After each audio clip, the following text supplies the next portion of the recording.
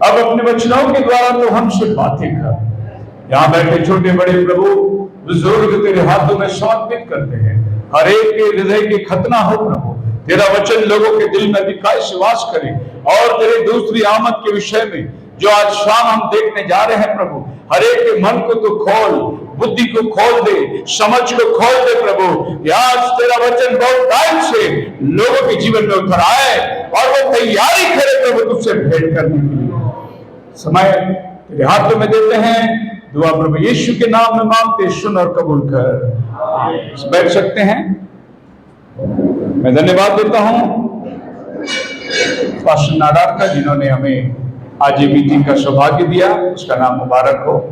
वैसे हम लोग 15 अगस्त को पिछले साल भी यहाँ थे, मुझे लगता है पास्टर जी ने हमें बुलाया था और इस समय हम लोग सोच रहे थे मीटिंग आयोजित करने का, और मैंने चर्च में अनाउंस भी किया था कि 15 अगस्त को हमें गेट टुगेदर लेना है, पर वो डिसाइड करने के लिए देरी हो गई। उतने में पास्टर का फोन आया तो मैंने इनको हाँ कह दिया कि हम आ रहे हैं। एनी हाउ, जो मीटिंग हमने अरेंज करना था वो पास्टर नारायण ने कर दिया।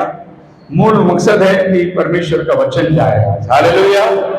कितने लोग आज परमेश्वर के वचन सुनने आए हैं? आमीन। आप मुझे मत देखना, मेरे अंदर कमी घटिया है, और मेरा नाम आप बोलोगे तो लोग बोलेंगे उसकी सुनो मत, उसके बाद जाओ मत, ऐसे भी बोलेंगे। लेकिन अभी आ ही गए हैं तो सुनी लो आज आप, और फिर आप निर्णय कर लो कि हकीकत क्या है, सच्चाई क्या है। मैं बहुत सारी बातें आज शाम, बड़ा अच्छा उदाहरण है आज की हैंडबिल जिसमें लिखा है प्रभु के दूसरे ये नहीं, the second coming of the lord, प्रभु का दूसरा आना। कितने विश्वास करते हैं प्रभु यीशु आने वाला है? हर एक जो बाइबल पढ़ता है उसको ये बात मालूम है प्रभु आने वाला है। अगर वो बाइबल का ध्यान रखता हो तो वो प्रभु का इंतजार करता होगा, क्योंकि समय के अनुसार हम लोग बिल्कुल आखिरी क्षणों में बैठे हुए हैं। और मैं चाहूंगा कि आज शाम आपको उन बातों को बताए कि प्रभु के आने में कितना समय रह गया है, क्या क्या भविष्यवाणियां पूरी हो रही है। और आज के इस इंडिपेंडेंट डे के लिए आप सबको बधाई हो। Praise the Lord. ये इंडिपेंडेंट आती जाएगी, फिर हम गुलाम बनते जाएंगे, फिर इंडिपेंडेंट आती जाएगी, लेकिन पाप का इंडिपेंडेंट, पाप से छुटकारा देने वाला केवल एक ही था, वो प्रभु यीशु मसीह था। और हम सबको 2000 साल पहले आजादी मिल चुका है। कौन सी आजादी मिल गई? पाप से हमें आजादी मिल गई। हालेलुया। और ये छुटकारा कोई नेता नहीं दे सकता।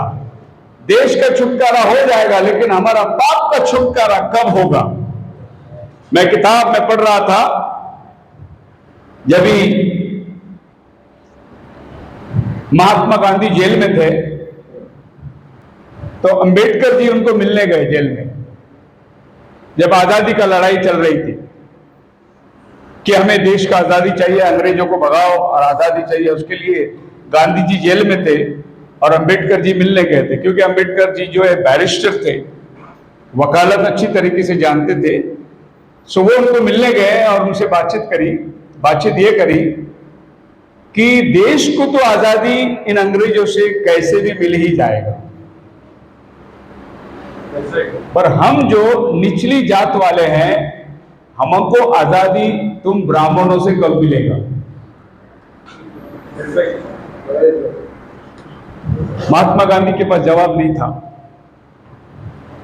अंबेडकर जी ने पूछा, अंग्रेज तो कैसे भी भाग जाएंगे, आजादी कभी भी मिलेगी, लेकिन इस देश में हम जो जातिवादी के अंदर गुलाम है उसको आजादी कब मिलेगी? ऐसा उसमें।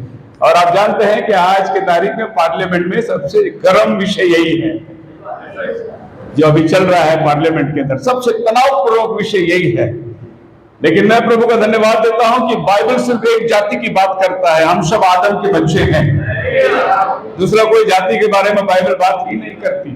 हम सब एक ही आदम के बच्चे हैं, हम सब का एक ही माता है हव्वा, जहां से इंसान की जनगणना शुरू हुई।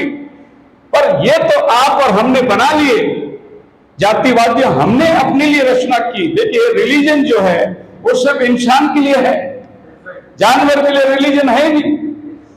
क्या आप ऐसा बोल सकते कि अमेरिका का घोड़ा क्रिश्चियन घोड़ा है करके बोल सकते? क्या घोड़ा घोड़ा ही है? वो चाहे अमेरिका में रहे, चाहे चीन में रहे, चाहे हिंदुस्तान में रहे, वो तो घोड़ा, उसको मालूम ही नहीं क्रिश्चियन क्या होता, मुस्लिम क्या होता है। रिलीजन सिर्फ इंसान ने बनाया, इंसान के लिए बनाया। लेकिन बाइबल एक रिलीजन की बात करती है, और वो रिलीजन जो है प्रभु यीशु मसीह आसमान से नीचे लेके आया, बोला मार्ग सत्य जीवन, यही एकमात्र रिलीजन है। इंसान जहां से आया है वहां दोबारा जाना है, और ये जाने के जो रास्ते हैं वो दुनिया ने ढूंढ के लिया और अलग अलग रिलीजन बनाया। और हर रिलीजन में यह है कि हमको खुदा से कैसे संपर्क करना। सभी धर्म यही सिखाता है कि हम कैसे अपने ईश्वर से मुलाकात करें। इंसान खो गया है, दोबारा कैसे वो धार्मिक बने। हर एक रिलीजन यही बता रहा है कि हमको ऊपर कैसे जाना है। लेकिन मेरा बाइबल एक विशेष है, वो ये बताता है खुदा इंसान के पास कैसा आया, ईश्वर हमारे पास कैसा आया, वो बाइबल बताता है। बोलो हालेलुया। बाकी दुनिया के सब किताब बताता है हमको ईश्वर के पास कैसा जाना है। तो असली आजादी केवल आपको बाइबल दे सकती है। हालेलुया। तो आज के जो विषय है उस विषय के ऊपर हम लोग शुरुआत करेंगे। पास्टर नादार से मैंने बात किया 4 बजे मैसेज कितना घंटा चलेगा, उन्होंने बोले 6 बजे तक आप मैसेज प्रीच करो। तो 2 घंटा मेरे पास में है, आप भी 2 घंटा रुक सकते हैं। आमीन। सो ऐसा करेंगे, 1 घंटे के बाद में हम लोग 5 मिनट का आपको रिलीफ देंगे कि अगर किसी को जाना हो, रिफ्रेश होना हो, फिर से हम लोग 5 मिनट में एक गाना गाएंगे और फिर से हम लोग सेकंड सेशन शुरू करेंगे। तो इसमें हम लोगों को अच्छा लगेगा। दो तरीके से हम लोग वचन को ग्रहण कर सकते हैं। सो बाइबल कहती है जैसे नूह के दिन थे वैसे ही मनुष्य के पुत्र का आना भी होगा। वैसे ही मनुष्य का पुत्र का आना होगा। ये प्रभु यीशु मसीह के बारे में बाइबल कहते हैं मनुष्य का पुत्र का आना होगा। कैसे होगा? जैसे नूह के दिनों में हुआ था। अब यहां पर यीशु मसीह को एक नया टाइटल दिया है बाइबल, और वो टाइटल है सन ऑफ मैन। कौन सा टाइटल है? मनुष्य का पुत्र। पढ़िए आपके बाइबल में यीशु मसीह को कौन से टाइटल दिया गया है? मराठी में पढ़िए 24:37।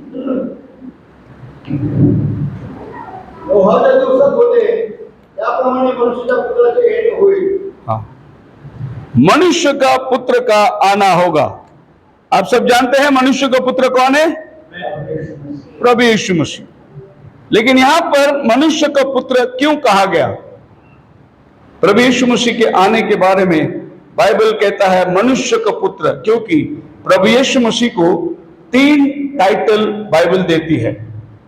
एक है मनुष्य का पुत्र, दूसरा है परमेश्वर का पुत्र, और तीसरा है दाऊद का पुत्र। ये 3 टाइटल में अभी जो प्रभु आने वाला है ये धरती पर, वो ये वाला टाइटल है मनुष्य का पुत्र। और जब प्रभु यीशु मसीह अपनी गद्दी पर बैठेगा उस समय उसका टाइटल होगा दाऊद का पुत्र। और जब प्रभु यीशु मसीह आज से 2000 साल पहले ये धरती में था, क्रूस का मौत को सहन किया और अपने दुल्हन को लेने के लिए भी आ रहा है, वो परमेश्वर का पुत्र बन के आने वाला है। ये तीनों व्यक्ति कौन है? एक ही है, लेकिन उसको 3 टाइटल में बांटा गया है। बहुत सी बार हम लोग बाइबल को पढ़ने के टाइम उसका सारांश को नहीं समझते। हम वचन को पढ़ लेते हैं और हम सबको मालूम है यीशु ही है, परंतु यीशु को इस बार में बाइबल क्या कहती है? जब मनुष्य का पुत्र आएगा, नूह के दिनों में जैसा था वैसा मनुष्य के पुत्र के दिनों में भी होगा। सो प्रभु यीशु मसीह जब ये धरती में था तो एक भविष्यद्वक्ता का काम किया उसने, क्योंकि बाइबल जो है मनुष्य का पुत्र भविष्यद्वक्ता को बोलता है। अब यिर्मयाह की किताब खोल के पढ़ो, हे मनुष्य का पुत्र लिख, हे मनुष्य का पुत्र लिख। जितने भी नबी है बाइबल उनको मनुष्य का पुत्र करके बोला गया है। सो प्रभु यीशु मसीह को जब बाइबल मनुष्य का पुत्र बोलता है तो वो एक नबी को दर्शाता है। जब उसको परमेश्वर का पुत्र बोला गया तो मसीहा को दर्शाता है, और जब उसको दाऊद का पुत्र बोला गया तो राजाओं का राजा दर्शाता है। पर अभी प्रभु यीशु मसीह राजाओं का राजा नहीं है, अभी तो वो आने वाला है राजाओं का राजा बनकर। अभी तो उसने उद्धार का काम को पूरा किया। अब जो आने वाला है वो अपनी दुल्हन को लेने के लिए वो दूल्हा बन के आने वाला है। हालेलुया। और उसके बाद जब वो अपनी दुल्हन के साथ ये धरती पे आएगा 1000 साल को राज्य करने, उस समय में वो दाऊद का संतान बन के आने वाला है। सो ये अलग अलग टाइटल के अंदर हम प्रभु को देखते हैं। सो ये प्रभु का 3 आमद है। पहला आमद हो चुका है आज से 2000 साल पहले। दूसरा आमद जो है बिल्कुल अभी इन दिनों के अंदर जब प्रभु अपने कलीसिया को लेने आने वाला है वो होने वाला है। और तीसरी आमद प्रभु का श्वेत घोड़े पर प्रकाशित वाक्य 19वां अध्याय के अंदर वो राजाओं का राजा और प्रभुओं का प्रभु बन के आ रहा है। ये देखो धरती में बहुत राजा है, लेकिन हमारा प्रभु जो है वो राजाओं का राजा है। धरती में बहुत प्रभु हैं, लेकिन हमारा प्रभु प्रभुओं का प्रभु है। हालेलुया। सो ये महान व्यक्ति ये धरती पर राज्य करने को आने वाला, ये प्रभु का 3 आमद है। सो एक आमद जो इसके लिए हम लोग अभी सामना करने वाले हैं और उसके बारे में बड़ी निरीक्षण से देखने वाले हैं। मैं आपसे एक सवाल पूछना चाहता हूं, कितने लोग प्रभु का इंतजार कर रहे हैं प्रभु आने वाला है कर? आपको मालूम है हमारे बाजू में जो भी भविष्यवाणियां कैसी पूरी हो रही है, दुनिया के हालात किस परिस्थिति में जा रही है, किस तरीके से हमारे इर्द गिर्द वचनों की पूर्ति को हम देखते हैं, इससे हमें ये बात को मालूम है कि प्रभु का आना बहुत निकट है। अगर कोई क्रिश्चियन है तो उसने ये जानना जरूरी है कि हम लोग आखिरी दिनों में जी रहे हैं और ये लास्ट वाइंड अप है, क्योंकि आदम से लेकर नूह तक 2000 साल हुए, नूह से लेकर यीशु मसीह तक 2000 साल हुए और यीशु मसीह से अभी तक 2000 साल हुए। कुल मिलाकर 6000 साल का इतिहास हमारे पास है। अब 7वां दिन जो है 1000 साल, 2 2 2 6, अगला बार 2 नहीं आता, 1 आता, वो 1000 साल ये पृथ्वी पे प्रभु राज्य करने वाला है। और हम लोग बिल्कुल एंड में आके बैठे हुए हैं। अभी प्रभु आएगा, 7वां दिन शुरू हो जाएगा। अभी इधर धरती में लड़ाई कर रहे हैं, शुक्रवार 7वां दिन है, शनिवार 7वां दिन है, क्या रविवार 7वां दिन है। 7वां दिन आया नहीं अभी तक। अभी 7वां दिन आएगा जब हम प्रभु के साथ विश्राम करेंगे। तो ये धरती के अंदर कोई 7वां दिन को मत देखना। 7वां दिन जो है एक दिन हम प्रभु के साथ आराम करेंगे, वही 7वां दिन होगा। अगर आप बोलते हैं 7वां दिन विश्राम दिन है, कोई संडे को मानता है, कोई शनिवार मिशन है, बोलते हैं कि ये विश्राम दिन है, नहीं। जोशुआ बोलता है हम अभी एक विश्राम का इंतजार कर रहे हैं। इब्रानी का 3:15 के अंदर अगर ये 7 से लेकर पढ़ोगे, विश्राम दिन अभी तक आया नहीं है। अगर विश्राम आया होता तो फिर हम लोग संडे को छोड़कर फिर मंडे क्यों काम पे जाते? फिर हमारा रोजी रोटी बिजनेस चल रहा है, काम धंधे चल रहे हैं। ये 7 दिन के अंदर खाली 2 घंटा प्रभु को दे रहे, बाकी तो सब हम अपने लिए वापर रहे। कहां विश्राम मिला? विश्राम का मतलब हम पृथ्वी के सारे कामों को छोड़कर प्रभु के साथ हम लोग बने रहेंगे, तब सच्चा विश्राम हमें मिलने वाला है। तो ये मत्ती 24 में 3 सवाल उन्होंने प्रभु को पूछा। पहला सवाल है, प्रभु ये कभी होगा? जब प्रभु ने बोला इस मंदिर पे पत्थर पर पत्थर भी नहीं रहेगा, ये कभी होगा?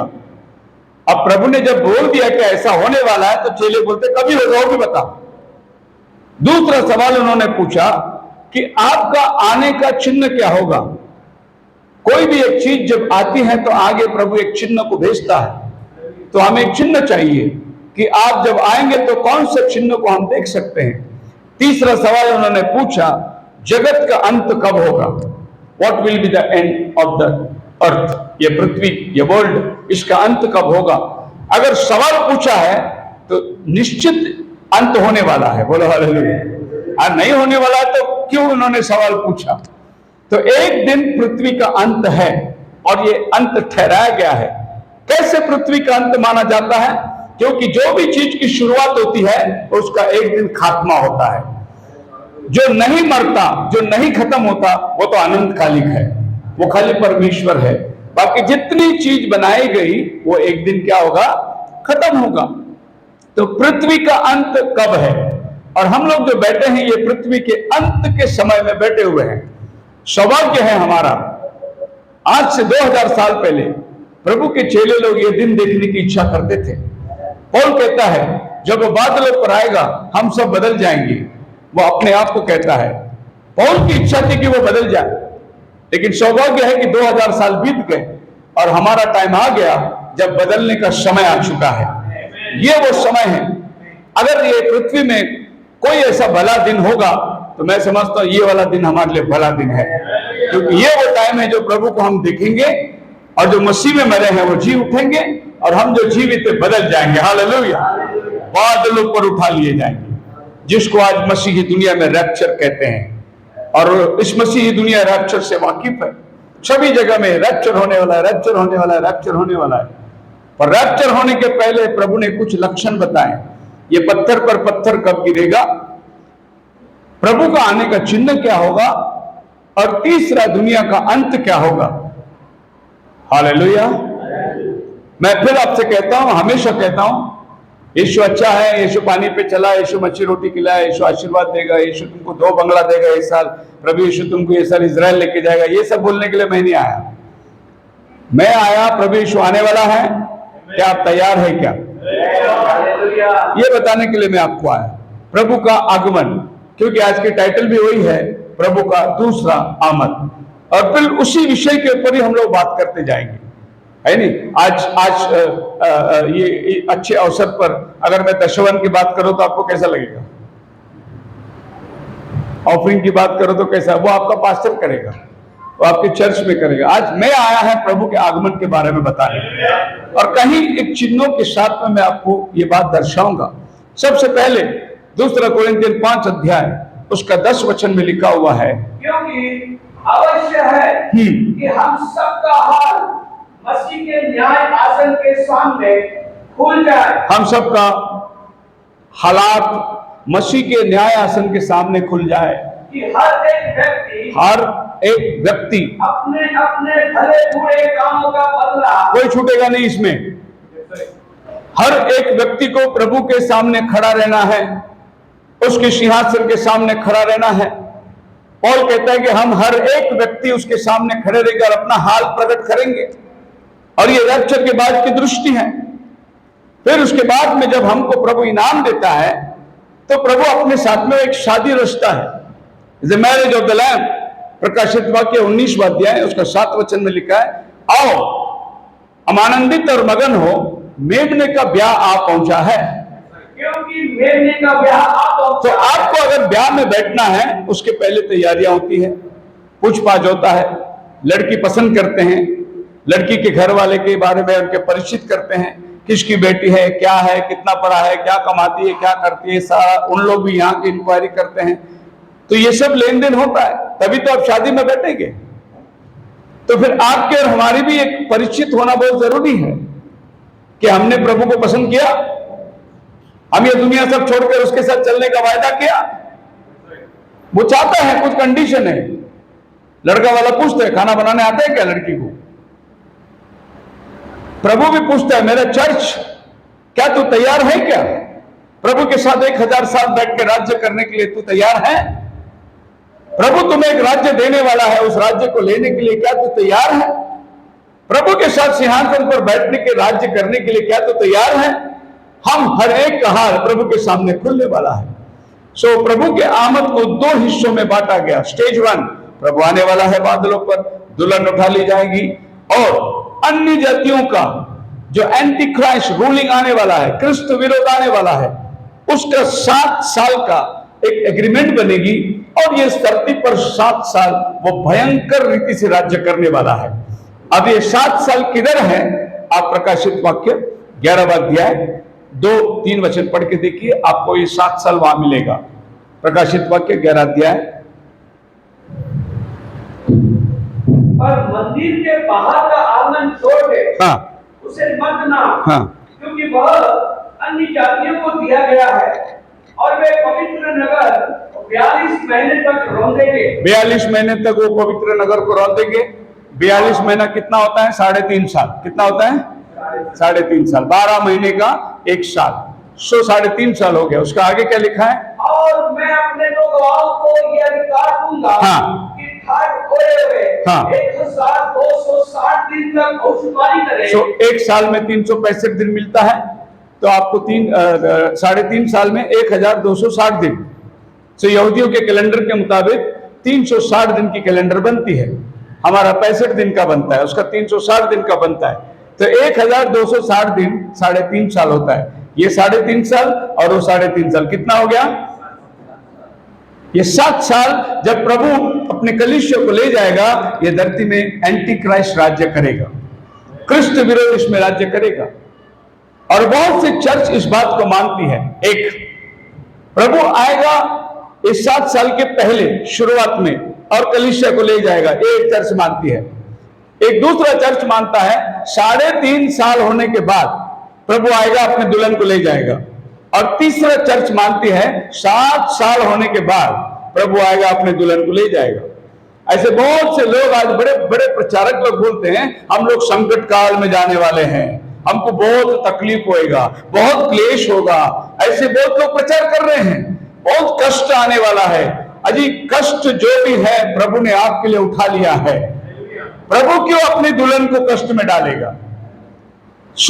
हम क्या मानते हैं और बाइबल क्या कहता है? 7वां साल शुरू होने के पहले, मतलब क्रिस्त विरोध का राज्य शुरू होने के पहले प्रभु यीशु आकर अपने दुल्हन को गायब करेगा।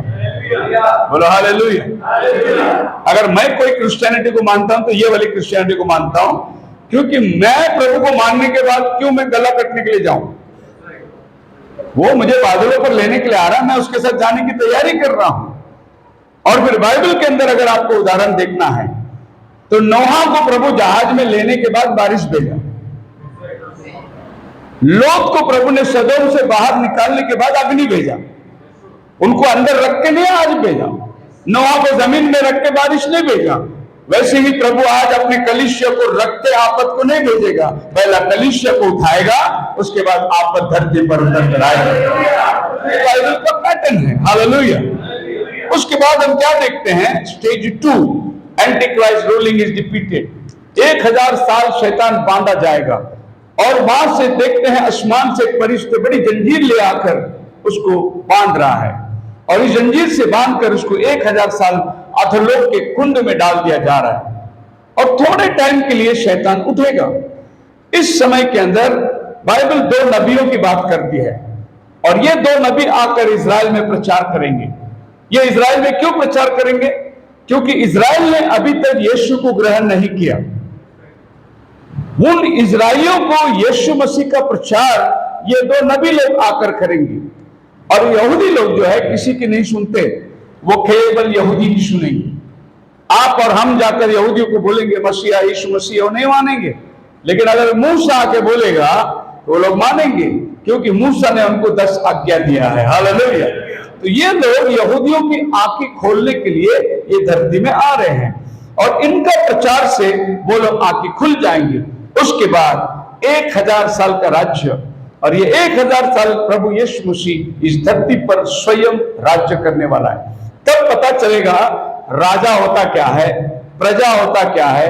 बिल्कुल आदम के वाटिका के अंदर जो शांति थी वही शांति प्रभु यीशु मसीह धरती पर रहेगा, पूरी धरती में शांति होगी। बोलो हालेलुया। और बाद में हम देखते हैं 1000 साल होने के बाद थोड़ा टाइम के लिए शैतान खोल दिया जाएगा और जो वो शैतान खोलता है 1000 साल के बाद, तब तक ये शैतान गड्ढे में डालकर बंद किया जाएगा। अब शैतान बंद किया गया तो पृथ्वी में क्या रहेगी? शांति रहेगी। शैतान को अंदर डाल के बंद किया तो सब दारू की दुकान भी बंद, सारे मटके की दुकान बंद, सारे वेश्यागमन बंद, सारे सिनेमा थिएटर बंद, क्योंकि उनको चलाने वाला किधर है? और फिर आप सोचिए ये सब बंद हो जाएगा तो पृथ्वी में क्या रहेगी? शांति रहेगी। हालेलुया। फिर आदमी अपना दिमाग खराब नहीं करेगा। तो ये 1000 साल प्रभु स्वयं ये धरती पर राज करेगा। उसके बाद जो आखिरी सीन है, हम सब प्रभु के सामने खड़े रहेंगे। ये सफेद सिंहासन का न्याय है, इसको बोलते हैं व्हाइट थ्रोन जजमेंट। हमने कुरिन्थियों में पढ़ा था, हम सब प्रभु के सामने खड़े रहेंगे। वो खाली विश्वासी लोग खड़े रहेंगे, लेकिन इस बार में जो लोग खड़े रहते हैं ये पृथ्वी के छोटे बड़े मरे, समुद्र ने मृत्यु को दे दिया। पढ़िए प्रकाशित वाक्य 20 अध्याय का 12 वचन। वो टाइम पे सब लोग खड़े रहेंगे प्रभु से न्याय के दिन में। और जिनका नाम जीवन की किताब में नहीं है वो आग में डाल दिया जाएगा, और जिनका नाम जीवन की किताब में है वो प्रभु के साथ सर्वकालिक जीवन में चले जाएगा। हालेलुया। ये बाइबल में पूरी हिस्ट्री है, शुरू से लेकर अंत तक आपको बताया जाएगा कि आदम की सृष्टि कहां हुई और आदम का खात्मा किधर होता है, कैसे हम लोग अन्य आकाश के अंदर प्रभु के साथ में हमेशा की जिंदगी में चले जाएंगे। अच्छा, ये सब चीज क्या जरूरी है हमें मालूम होना? ये क्या हो रहा है, ये घटनाएं क्या हो रही है? हाँ, क्यों?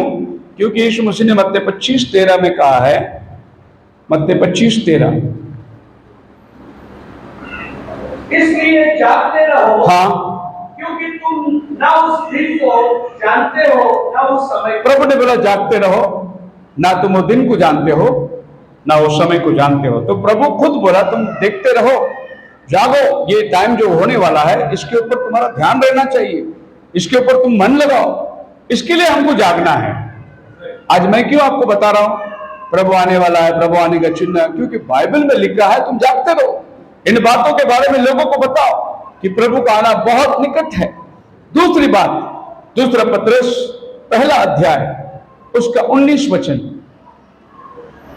2 Peter chapter 1 verse 19, और हमारे पास जो भविष्यवक्ताओं का वचन है, हाँ, वो इस घटना से प्रूव ठहरा है, और तुम क्या अच्छा करते हो कि जो ये समझकर उस पर ध्यान करते हो कि वो, और हमारे पास परमेश्वर का वचन है जिसको पढ़कर हम समझ सकते हैं और ध्यान कर सकते हैं।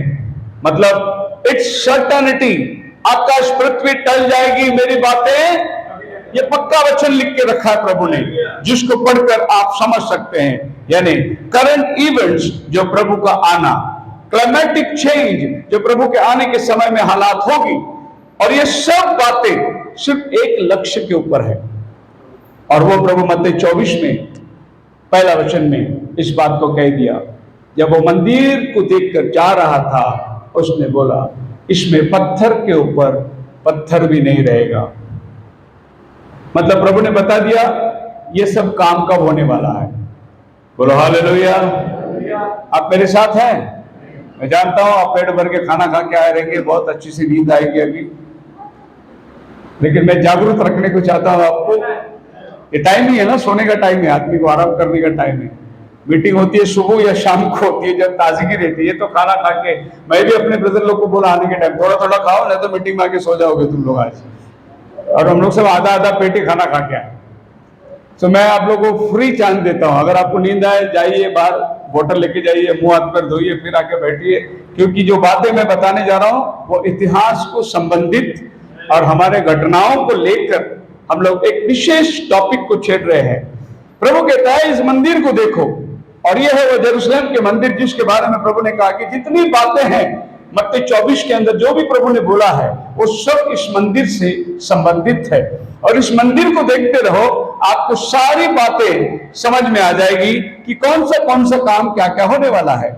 इस मत्ती 24 में प्रभु ने कहा अकाल आएगी, मरी आएगी, भूकंप होगा, प्रभु का आना किस तरह, आसमान के तारे टूट के गिरेंगे, किस तरह देवदूत आएंगे, उसके चुने हुए को कैसे उठा के ले जाएंगे, सारी बातें प्रभु ने कहा। लेकिन शुरुआत किधर उसने कहा? जब यीशु मंदिर से निकलकर जा रहा था तो उसके चेले उसको मंदिर की रक्षा दिखाने के लिए उसके पास आए।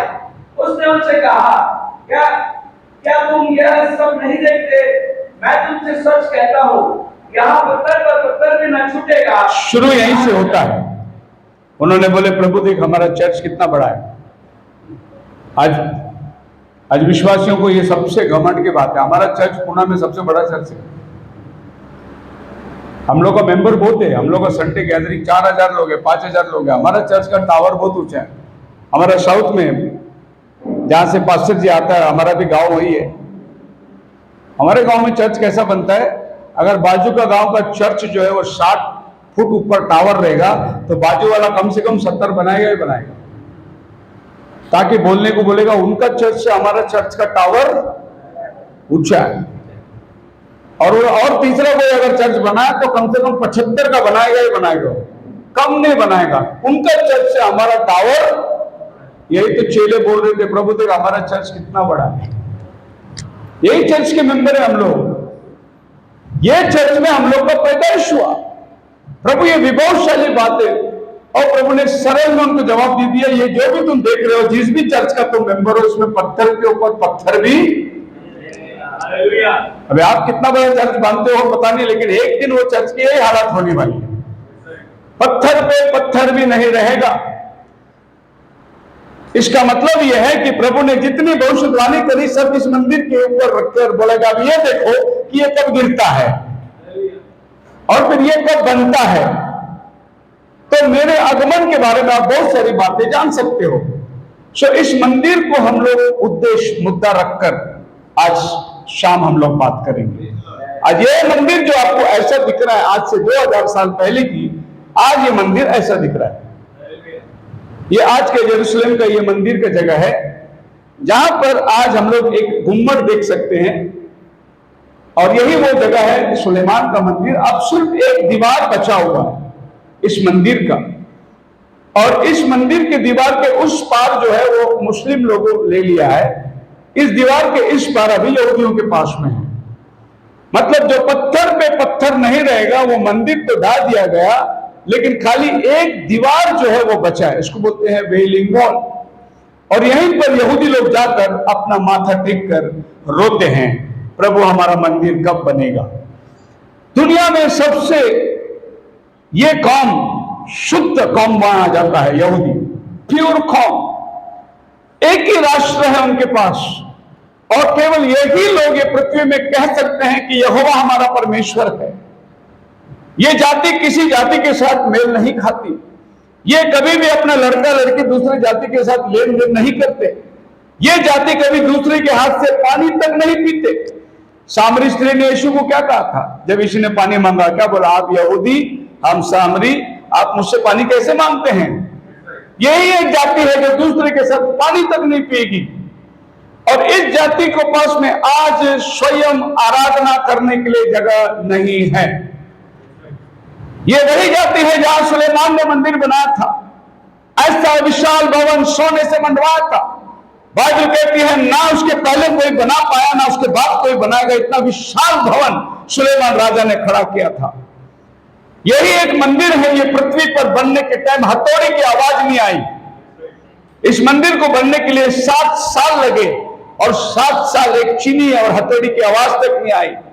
इस मंदिर को बनने के समय सारी पृथ्वी से इसके लिए पत्थर और लकड़ी आती थी, और वही बन के आती थी, वही तरस के आती थी।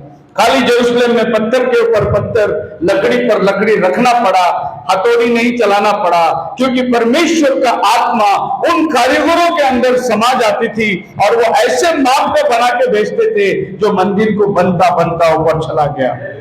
यही एक मंदिर थी, जब सुलेमान ने प्रार्थना किया, प्रभु की उपस्थिति नीचे उतर के आ गई, पूरा मंदिर धुएं से भर गया। यही वो मंदिर थी जहां परमेश्वर ने बोला, मेरा नाम यहाँ सदा बना रहेगा। यही वो मंदिर थी जहां सुलेमान ने बोला, प्रभु पृथ्वी में कोई भी इस मंदिर को देख के प्रार्थना करे, स्वर्ग से उसकी प्रार्थना सुनना है। हर यहूदी आज यरूशलेम को देख के प्रार्थना करेगा, लेकिन आज वो मंदिर जगह पे नहीं है। और वो मंदिर की जगह क्या खड़ा हुआ है? एक मस्जिद खड़ा हुआ है। क्या हुआ? प्रभु ने बोला पत्थर पे पत्थर भी नहीं रहेगा, हो गया काम जी। 17वीं सदी के अंदर ये मंदिर ढा दिया गया, यरूशलेम को जला दिया गया, उद्ध्वस्त कर दिया गया। यीशु मसीह ने जो मत्ती 24 में कहा, वो बातें बिल्कुल 17वीं सदी में वैसे के वैसे हो चुकी। अब इस मंदिर के इतिहास को जरा मैं आपको बैकग्राउंड बताना चाहता हूं। पहले बार इस मंदिर को बनाया आज से 3000 साल पहले सुलेमान राजा ने। उसके बाद ये मंदिर जो है नबूकदनेस्सर राजा आज से 2500 साल पहले इस मंदिर को गिरा दिया।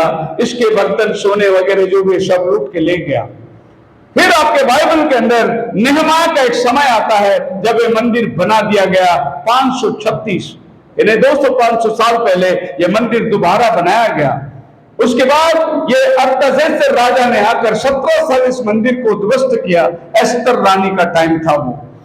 उसके बाद ये मंदिर फिर से एक बार दारियस राजा के द्वारा और फिर मंदिर को प्रभु ने एजरा के द्वारा, नेहमाया के द्वारा इस मंदिर दोबारा बनाया गया 2500 साल पहले। और ये मंदिर में प्रभु यीशु मसीह आके जब खड़ा था वो था 20 सदी। और यीशु मसीह इस मंदिर में खड़े रहकर कहता है इस मंदिर को एक भी पत्थर नहीं रहेगा। और ये टाइम पे इस मंदिर को बोलते थे हेरोद का टेम्पल। और प्रभु यीशु मसीह इसी मंदिर में खड़े रह के सारे भविष्यवाणी की बातों को पूरा कर रहा है। और ये मंदिर आज से 2300 साल पहले दोबारा बनाया गया, जिसको सेकंड टेम्पल के रूप में बोला जाता है। फर्स्ट टेम्पल गिरा दिया गया, सेकंड टेम्पल बना दिया गया। सेकंड टेम्पल भी 70 AD के अंदर वो भी गिरा दिया गया। और ये मंदिर को गिराने वाला और इस जगह के अंदर ये गुम्मट बनाने वाला उमायद मुस्लिम कॉन्करर 638 साल, मतलब ईसा के 600 साल बाद ये आदमी वहां आकर ये गुम्मट बनाने की तैयारी कर रहा है। ये मंदिर जो यहूदियों के हाथ में था, अब मुस्लिम इसको अपने हाथ में ले रहा है। आज जो झगड़े हो रहे हैं, आपको मालूम है, इतना तनावपूर्वक, और हर जबान थर्ड वर्ल्ड वॉर की बात कर रही है। वहां से रशिया आ रहा है, बोलता है देखो अगर लड़ाई होगी तो थर्ड वर्ल्ड वॉर होगी। वहां से अमेरिका बोल रहा है अगर ये उतरेगा हम भी उतरेंगे, थर्ड वर्ल्ड वॉर हो जाएगा। वहां से चाइना बोल रहा है हम भी आएंगे इजराइल को मारने, थर्ड वर्ल्ड वॉर हो जाएगा। ये सभी लोग एक भाषा क्यों कर रहे हैं? सबके मुंह में वही बात आ रहा है, third world war, third world war, third world war. क्यों? इस मंदिर को लेकर। और ये मंदिर को लेने के लिए इन लोग बहुत सारे प्रयास कर रहे हैं। और यीशु मसीह ने जो बोला पत्थर पे पत्थर नहीं रहेगा, 70वीं सदी के अंदर बिल्कुल ऐसा ही हादसा हुआ। ये राजा नाम टाइटस, जिसने आकर मंदिर पर चढ़ाई किया और उस मंदिर को लूट के ले गया। जितने मंदिर के अंदर बर्तनें थी, जितनी पवित्र सोने की बात, सारी चीज उसने ले गया और पूरी यरूशलेम को उसने आग में जला दिया। यीशु मसीह ने जो बातें बोली थी वो बिल्कुल वैसे के वैसे पूरी हुई। और जब प्रभु यीशु मसीह ये बात बोल रहा था, 30 सदी चल रही थी और 40 साल यानी 70वीं सदी के अंदर प्रभु ने काम को पूरा कर दिया। क्योंकि बाइबल कहता है ये पीढ़ी उसे देखेगी। और 40 साल से 70 साल एक पीढ़ी मानी जाती है। सो प्रभु यीशु मसीह ने जो बातों को कहा वो पीढ़ी उसको देखा। क्योंकि जब ये मंदिर जला दिया गया, यरूशलेम जला दिया गया, कोई भी शिष्य अंदर नहीं था। सब प्रभु के चेले भाग गए, सब बाहर निकल गए। क्योंकि प्रभु ने उनको बता दिया था क्या क्या घटना होगी और तुम्हें कैसे यहां से निकलना होगा। इसी मत्ती 24 में बोला प्रार्थना करो वो जाड़े का दिन ना हो, प्रार्थना करो वो सब्बात का दिन ना हो, जो कोटे पर हो नीचे ना उतरे, जो बाहर हो घर की तरफ ना मुड़े। ये सब बातें प्रभु ने बताया और वो ही लोगों ने इन बातों को देखा। और जब ये यरूशलेम छोड़ के भाग गए तो एक थोमा इंडिया की तरफ भाग के आ गया। किधर आ गया? और वो इंडिया में आया करके हम लोग को आज बाइबल मिल गया। उस 70वीं सदी के अंदर ये लोग सब भाग गए अपने अपनी जान बचाकर। क्योंकि प्रभु ने उनको सब चिनानी दिया था कौन सा टाइम में क्या क्या तुम्हें देखना है और घटना कैसे बन जाएगी। सो ये धीरे से इन्होंने एक गुम्मट तैयार की। क्योंकि अभी सुलेमान का मंदिर तो उधर है ही नहीं, सब उद्ध्वस्त कर दिया गया। और इसकी पहले की तस्वीर है, इसको थोड़ी थोड़ी तरीके से 1920 यानी आज से 100 साल पहले ये गुम्मट ऐसी दिखती थी और आज ये गुम्मट ऐसा दिख रहा है। क्योंकि अभी पैसा बहुत हो गया और लोग वहां पैसा खर्च कर रहे हैं। हमारे हिंदुस्तान के अंदर एक मंदिर है गोल्डन टेम्पल अमृतसर में। उसको गोल्डन टेम्पल क्यों बोलते हैं? पूरी गोल्ड से बना हुआ लगा हुआ ऊपर। तो आज से कुछ वर्षों पहले 15-20 साल पहले मैं गया था, खाली उसकी गुम्मट जो थी ना वो गोल्ड का था। लेकिन अभी आप जाके देखो पूरा दीवार में गोल्ड ही लगा हुआ है। क्योंकि दुनिया भर से पैसे आ रहे हैं और वो पैसे वो लोग वहां पर गोल्ड के रूप में बनाते जा रहे हैं। अभी पूरा दीवार में से बाहर से उन्होंने गोल्ड प्लेटिंग कर दिया है। पैसा, अपार पैसा, और इसके पीछे भी लोग अपार पैसे लगा रहे हैं। किसी ना किसी तरीके से यहूदियों के हाथ से ये बात छीन लेना है। और आज दुनिया में सबसे बड़ा एक ऐसा मुद्दा, मतलब the hottest spot upon this earth, एक तरफ डोम ऑफ रॉक है, अल अस्का मस्जिद है और वेस्टर्न वर्ल्ड यहूदी लोग के लिए एक की दीवार है। और ये पूरा क्लेम करने वाला वो क्रिश्चियन है। क्योंकि वो बोलता हमारे यीशु का जन्म इधर होगा, पूरा जेरूशलेम हमारा है। लेकिन जेरूशलेम के अंदर मुस्लिम बोलते ये हमारा है, ये हमारा है। इसमें यहूदी बोलते ये पूरा मंदिर ही हमारा है। अभी इनके सबके हमारा हमारा के चक्कर में ये होगा किसका? ये किसके हाथ में दिया जाएगा? इसके लिए एक फैसला करने वाला आने वाला है। वो आदमी आकर सीन में खड़ा रहेगा और सबको बुलाएगा, बोलेगा देखो मेरे साथ एग्रीमेंट करो और मैं तुमको वादा करता हूं कि ये इतने साल के बाद ये ठीक मैं आपके हाथ में दे दूंगा। और वो एग्रीमेंट जो होगा 7 साल का एग्रीमेंट होगा। ऑलरेडी पेपर तैयार है। अभी सिर्फ ये सब लोग बैठकर उस पर साइन करने की जरूरत है।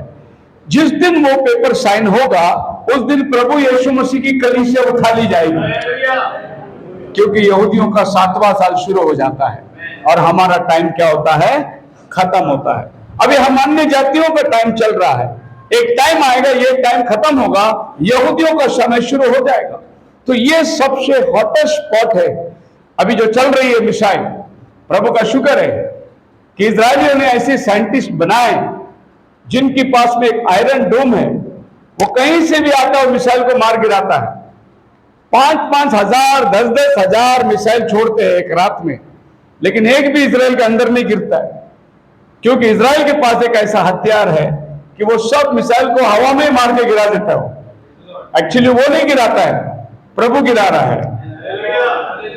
आपको मालूम है, टाइम्स ऑफ इंडिया की बात है, मुस्लिम देश को उनका कमांडर ने पूछा तुमने जो मिसाइल फेंक रहे एक भी मिसाइल अंदर गिरता नहीं, जाता किधर है? तुम्हारा निशानी बरोबर नहीं है क्या? मुस्लिम का कमांडर ने कहा हम तो बराबर फेंकते हैं, उनका खुदा हमारे मिसाइल को समुद्र में लेके जाके डाल देता है। तो अभी टाइम आ गया है, प्रभु उनकी रक्षा कर रहा है, लेकिन एक टाइम आएगा एक मिसाइल अगर इस गुम्मट पे गिर जाए टाइम खत्म। इसीलिए मैंने बोला प्रभु यीशु मसीह बोले इस मंदिर को देखो, जब पत्थर पे पत्थर भी नहीं रहेगा, मतलब सभी चीज इस पर निर्भर है। और प्रभु ने इसकी सारी निशानी हमें बता दिया है। इसके इर्द गिर्द बहुत सारे बिब्लिकल साइट है और ये बहुत ही पवित्र शहर, इसको होली लैंड बोलते हैं। कोई पृथ्वी में जगह नहीं है होली लैंड करके, सिर्फ जेरूशलेम है जिसमें होली लैंड टूर। अब इसको इस्लाम भी होली बोलने लग गया, लेकिन ये एक्चुअली यहूदियों के लिए होली लैंड है, लेकिन इस्लाम भी इसको होली लैंड बोलने लग गया। और इस लैंड के ऊपर अभी वो दावा कर रहा है हमारा ये जगह है, ये हमको चाहिए, जबकि उनका इनका कोई संबंध नहीं। लेकिन थोड़ी अगर इतिहास में जाएंगे तो पीछे इस्लाम का सबसे पहला मोस्ट होली प्लेस है वो मक्का है, जहां पर ये लोग हज के लिए जाके आते हैं। और इसका दूसरा प्लेस जो है वो मदीना है। ये इनके लिए दूसरा जगह है महापवित्र स्थान, और तीसरा जगह है अल अक्सा मो।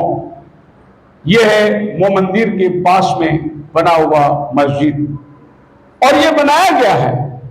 सुलेमान नाम का एक राजा था, वो सुलेमान ने बाइबल का, लेकिन सुलेमान करके एक और इस्लाम का राजा था, एम्परर बन के आया, उसने इस मस्जिद को बनाया। ये उनका थर्ड वर्ल्ड, पूरी दुनिया के अंदर ये 3 चीज को वो लोग पवित्र मानते हैं। सो ये 3 ही चीज में पहले बताया, पहला मक्का है, दूसरा मदीना है, तीसरा जेरूशलेम का मंदिर अल अक्सा मॉस्क। अब यहूदियों के पास में 2-3 जगह नहीं है, उनके पास एक ही जगह है, और वो जगह को कभी नहीं छोड़ेंगे, क्योंकि प्रभु ने उनको बुलाकर वो जमीन दिया है, इसलिए वो सोचते हैं कि हम कभी नहीं छोड़ेंगे। अब इस्लाम इस बात को दावा करती है कि हमारा जगह है। उसका वजह क्या है? उसका वजह यह है, जब आप इस गुम्मट के टोपी को हटाएंगे और आप देखेंगे कि इस्लाम इस पे दावा इसलिए करता है कि इसके अंदर एक पत्थर है, एक चट्टान है। उस चट्टान पर अब्राहम ने अपने बेटे इस्माइल को रखकर प्रभु ने मांगा था बलिदान के लिए। हमारा बाइबल कहता है परमेश्वर ने इसहाक को मांगा, लेकिन इनका कुरान कहता है परमेश्वर ने इस्माइल को मांगा, क्योंकि इस्माइल बड़ा बेटा है। लेकिन बाइबल के अनुसार वायदे का संतान इसहाक है, इस्माइल हजीरा का संतान है, और इस्माइल जो है वो हकदार है। सो हम लोग क्या देखते हैं कि ये एक जगह जो इनके लिए बहुत ही पवित्र है, और इसी जगह पर इन्होंने ये गुम्मट बनाए, पर एक्चुअली उस पत्थर पर अब्राहम ने इसहाक को रखा था। और अब्राहम ने जब कहा इस मंदिर का जगह कहां बनना है, मोरिया पहाड़ पर, और फिर दाऊद ने इसी जगह को पैसे देके खरीदा था। और जब सुलेमान को मंदिर बनाने के टाइम आया तो दाऊद ने सुलेमान को बना वही जगह में मंदिर बना जहां मैंने पैसे देके खरीदा है। तो ये उत्पत्ति से चला आ रहा है ये जगह। और प्रभु यीशु मसीह ठीक अब्राहम के 1000 साल के बाद में 2000 साल के बाद ये धरती में आकर उसी मंदिर के पास खड़ा हुआ और उस मंदिर को दर्शा रहा है। आप मेरे साथ हैं? हालेलुया।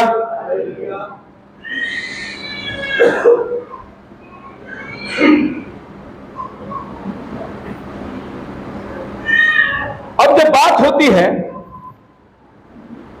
इस्लाम के पास, तो उनका ट्रेडिशन ये कहता है temple mount was shown as that is direction of prayer, Qibla for Muhammad and his Ummah. Before the Kaaba in Mecca, Muslims believe that Muhammad was taken from Masjid al-Haram to Mecca to visit, and where he led a prayer among the prophets, and then was taken to heaven from the foundation stone. तो ये जगह मुस्लिम को क्यों चाहिए? क्योंकि वो बोलते कि यहीं से हमारा पैगंबर जो है स्वर्ग में गया, और उसी टाइम पे उसको कुरान जो उसको प्राप्त हुई, इसलिए ये जगह हमको चाहिए। यहां से वो जिंदा स्वर्ग में गया और एक घोड़े के द्वारा वो उठा लेकर गए वहां तक, मतलब मक्का से लेकर जेरूसलम तक उस रात वो घोड़े पे सवार होके गया। वो घोड़ा जिस पर वो सवार होके गया, उस घोड़े को पीला रंग का घोड़ा था। कौन सा घोड़ा था? अभी आपको समझ में आएगा कि बाइबल में पीला रंग का घोड़ा किधर आता है। प्रकाशित वाक्य 6वां अध्याय, जहां पर 4 रंग के घोड़े आते हैं, और ये चारों रंग के घोड़े को आप देख सकते हैं। पहला घोड़ा श्वेत घोड़ा है, दूसरा घोड़ा लाल रंग का है, तीसरा काला रंग का है, और चौथा पीला रंग का है। एक्चुअली उसको अगर इंग्लिश वर्ड देखोगे तो पेल है, पेल, पीला नहीं पर फीका कलर जिसमें हरा मिला हुआ रहता है। और आप सब जानते हैं कि ये दुनिया में हरा झंडा किसका है? इस्लाम हरा झंडे को मानता है। उनका राष्ट्र का जो ध्वज, उसकी जो कलर है वो ग्रीन कलर है। और बाइबल जो पीला कलर का घोड़ा बोलता है वो कहीं हो ना हो पॉलिटिकली इस्लाम को दर्शाता है वो। क्योंकि आप देखिए इस्लाम का जितना देश है उनके झंडों का कलर देखिए, आपको काला मिलेगा, सफेद मिलेगा, हरा मिलेगा और लाल मिलेगा। ये इनका झंडा है। तो आपको चारों घोड़ा का कलर इनमें मिलेगा। आप मेरे साथ हैं? प्रभु कलर के बारे में भी बात करता है। प्रभु ने बोला मंदिर का पर्दा नीले रंग का बनाना, बैंजनी वस्त्र उसके आगे हो, और याजकों का पटुका प्रभु ने बोला कैसे कलर का बनाना। हमारा परमेश्वर रंगों का स्वाद रखता है। बोलो हालेलुया। उसने कहा, सुलेमान ने अपने पूरे जीवन में वो कपड़ा नहीं पहना जो प्रभु ने फूलों को बना के दिया है। फूलों का रंग, वे वैरायटी फूल। सो हम क्या देखते हैं कि ये पीला घोड़ा जिस पर पैगंबर साहब गए थे वो हमारे प्रकाशित वाक्य 6वें अध्याय में है, और इसीलिए ये लोग चाहते हैं कि ये जगह हमें चाहिए।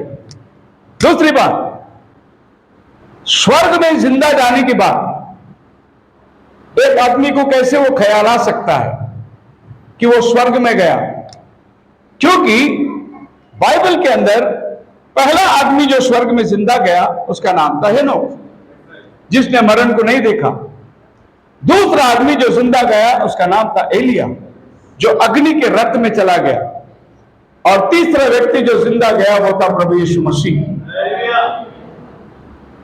अब कोई चौथा स्वर्ग में जिंदा गया नहीं। अभी जो जिंदा जाने वाले हैं, हम लोग जाने वाले हैं रैप्चर में। इसके बीच में कोई चौथा आदमी को स्वर्ग में जाने का अनुमति। अच्छा, मैं आपको बोलता हूं, अगर कोई आदमी स्वर्ग में जिंदा गया दावा करता है तो वो दावा कैसे पूरा होता है? ये तीनों जन का कब्र धरती में नहीं है। तीनों का कब्र, तो आप बोल सकते हैं क्यों कब्र नहीं है? क्योंकि ये लोग जिंदा गया। लेकिन पैगंबर साहब का कब्र, फिर कैसे बोल सकते जिंदा गया? जिंदा जाने की दावत वही कर सकता है जिसका धरती में कब्र, और ये तीन ही आदमी का कब्र नहीं है धरती पर। फिर हम दावे कह सकते हैं कि ये लोग जिंदा गए क्योंकि इनका कब्र। फिर एक आदमी स्वर्ग में गया आया, वो दर्शन में जाके आ सकता है, दर्शन देख सकता है। लिटरली कोई आदमी अगर स्वर्ग में गया तो वो वापस नहीं आएगा, क्योंकि एलिया गया तो वापस नहीं आया।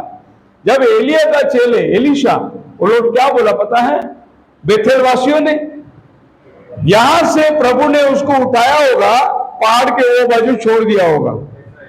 इसके लिए हम लोग कुछ पास्टर लोग को भेजेंगे और वो जाके उनको ढूंढ के लाएंगे।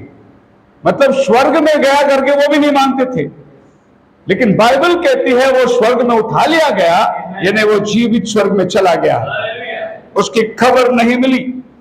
दूसरा, मोसेस एक आदमी है जिसका कब्र है, लेकिन किसी को मालूम नहीं उसका कब्र किधर है, क्योंकि वो दफन विधि परमेश्वर स्वयं किया, देवदूतों ने उसको दफन विधि किया, उनका कब्र प्रभु ने नहीं दिया।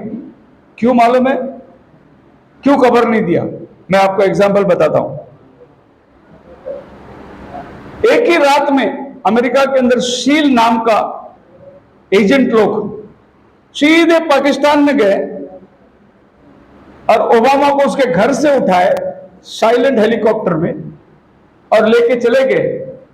अमेरिका कहना है हमने उनको समुद्र में डाल दिया, अमेरिका का कहना है, अब मालूम नहीं वो किधर है। लेकिन अगर उनका लाश इनको मिलता तो एक और पीर बाबा बन जाता था। पीर पे कब्र चढ़ाना, चादर चढ़ा। अभी आप समझ में आते होंगे प्रभु ने मोसेस का लाश क्यों नहीं दिया इनको। क्यों नहीं दिया? क्योंकि ये इजरायली लोग मोसेस के पीछे इतने पागल थे कि कभी पत्थर से पानी पिला रहा है, तो कभी समंदर फाड़ दे रहा है, आसमान से मन्ना खिला रहा है, तो इसको भी वो लोग कब्र करके मानते जाएंगे। इसीलिए प्रभु ने उसको छुपा के रखा, बोला मत दो इनको लाश, इनकी बॉडी को छुपा के रखो। बोलो हालेलुया। तो ये तीन आदमी सिर्फ स्वर्ग में गए। इतिहास में फिर पीछे जाएंगे तो इस मंदिर को हेरोद राजा ने बनाया, उसके बाद में वो मंदिर खत्म हो गई, दोबारा ये मंदिर को कोई बना नहीं पाया। लेकिन इस मंदिर का एक दीवार बाकी है, और इस एक दीवार के तरफ में अगर आप देखेंगे 1948 के अंदर, 1948 में इजराइल राष्ट्र बना। हम लोग आज 76वां, कौन सा 78वां इंडिपेंडेंट मना रहे, 78, 78। बस इजराइल भी हमारे एक साल के बाद वो 77 वाला मना रहे। अभी सिर्फ आज से 70 साल पहले की बात है, हमारा 47 में हुई, उनका आजादी 48 में हुआ। ये वो टाइम था ब्रिटिश लोग सभी देश उनके हाथ में देकर चले जा रहे थे। हमारा देश को छुटकारा पाने के लिए बहुत लोगों ने जान दी, लेकिन इजराइल को पाने के लिए कोई जान देनी नहीं पड़ी।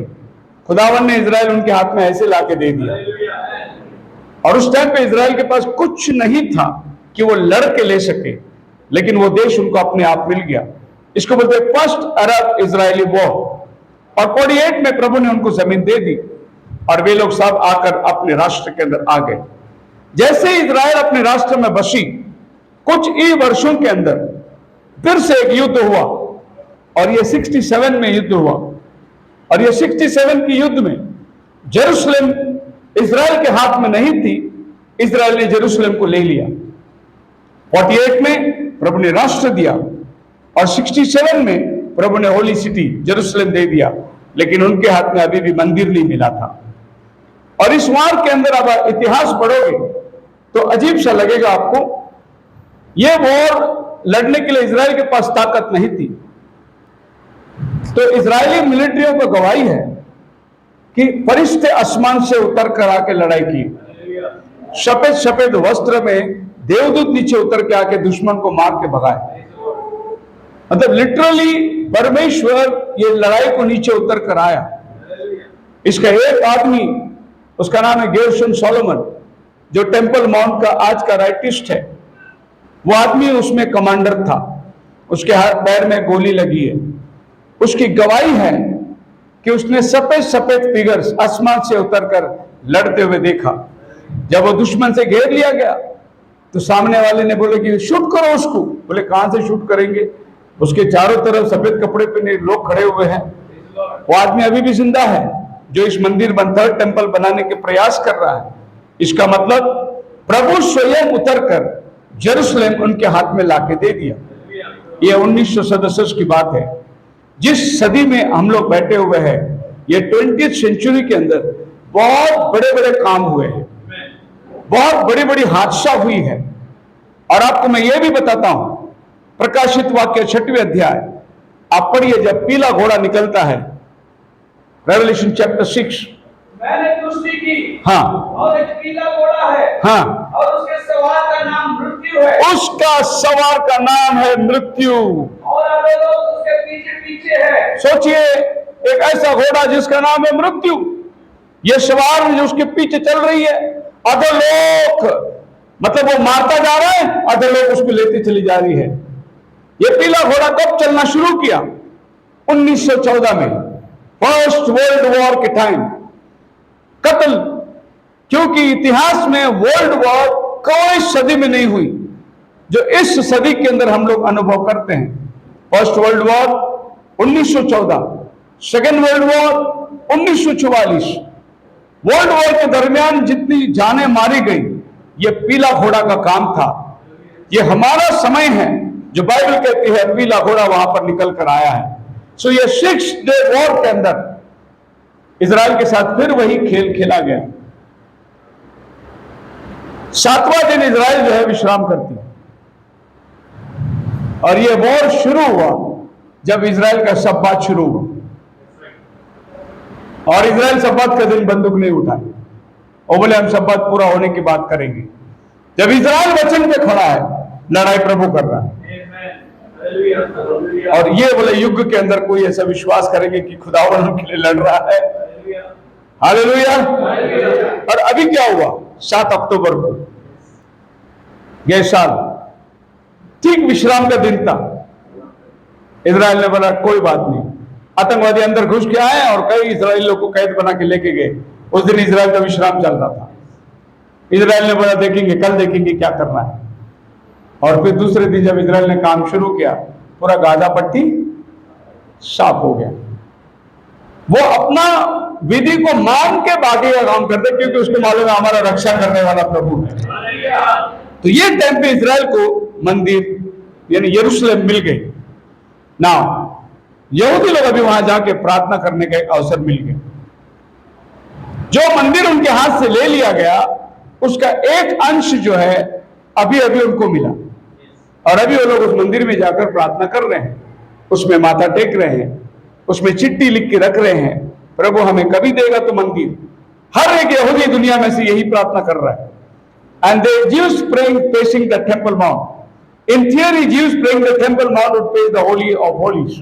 जो महापवित्र स्थान उनके लिए कह रहा है, और दुनिया भर से यहूदी लोग एक ही प्रार्थना कर रहे हैं, रिस्टोरेशन ऑफ द टेम्पल। उनका मंदिर दोबारा बनना चाहिए। पूरी यहूदियों का यही प्रार्थना है। और आप सब जानते हैं कि आज पूरी दुनिया को जितनी आधुनिक चीज दे रहा है, सब यहूदी दे रहा है। ये लैपटॉप यहूदी ने बनाया, ये मोबाइल यहूदी ने बनाया, ये जितने भी तुम इलेक्ट्रॉनिक सामान वापर रहे, सब यहूदी ने बनाया। ये पूरी दुनिया जो है आज यहूदी के आधार पर चल रहा है। और आपको मालूम है, अगर ये इजराइल ने कुछ कदम उठाई, आपका गूगल किसका है? ये यहूदी का है। आपका फाइनेंस, वॉल स्ट्रीट, दुनिया का डॉलर किधर से चलती है? यहूदी के हाथ में है। आपको जो भी ये दुनिया में सर्च करना है, आपको गूगल में जाके ही सर्च करना है, और ये सर्च उसने अपने पास रखा हुआ।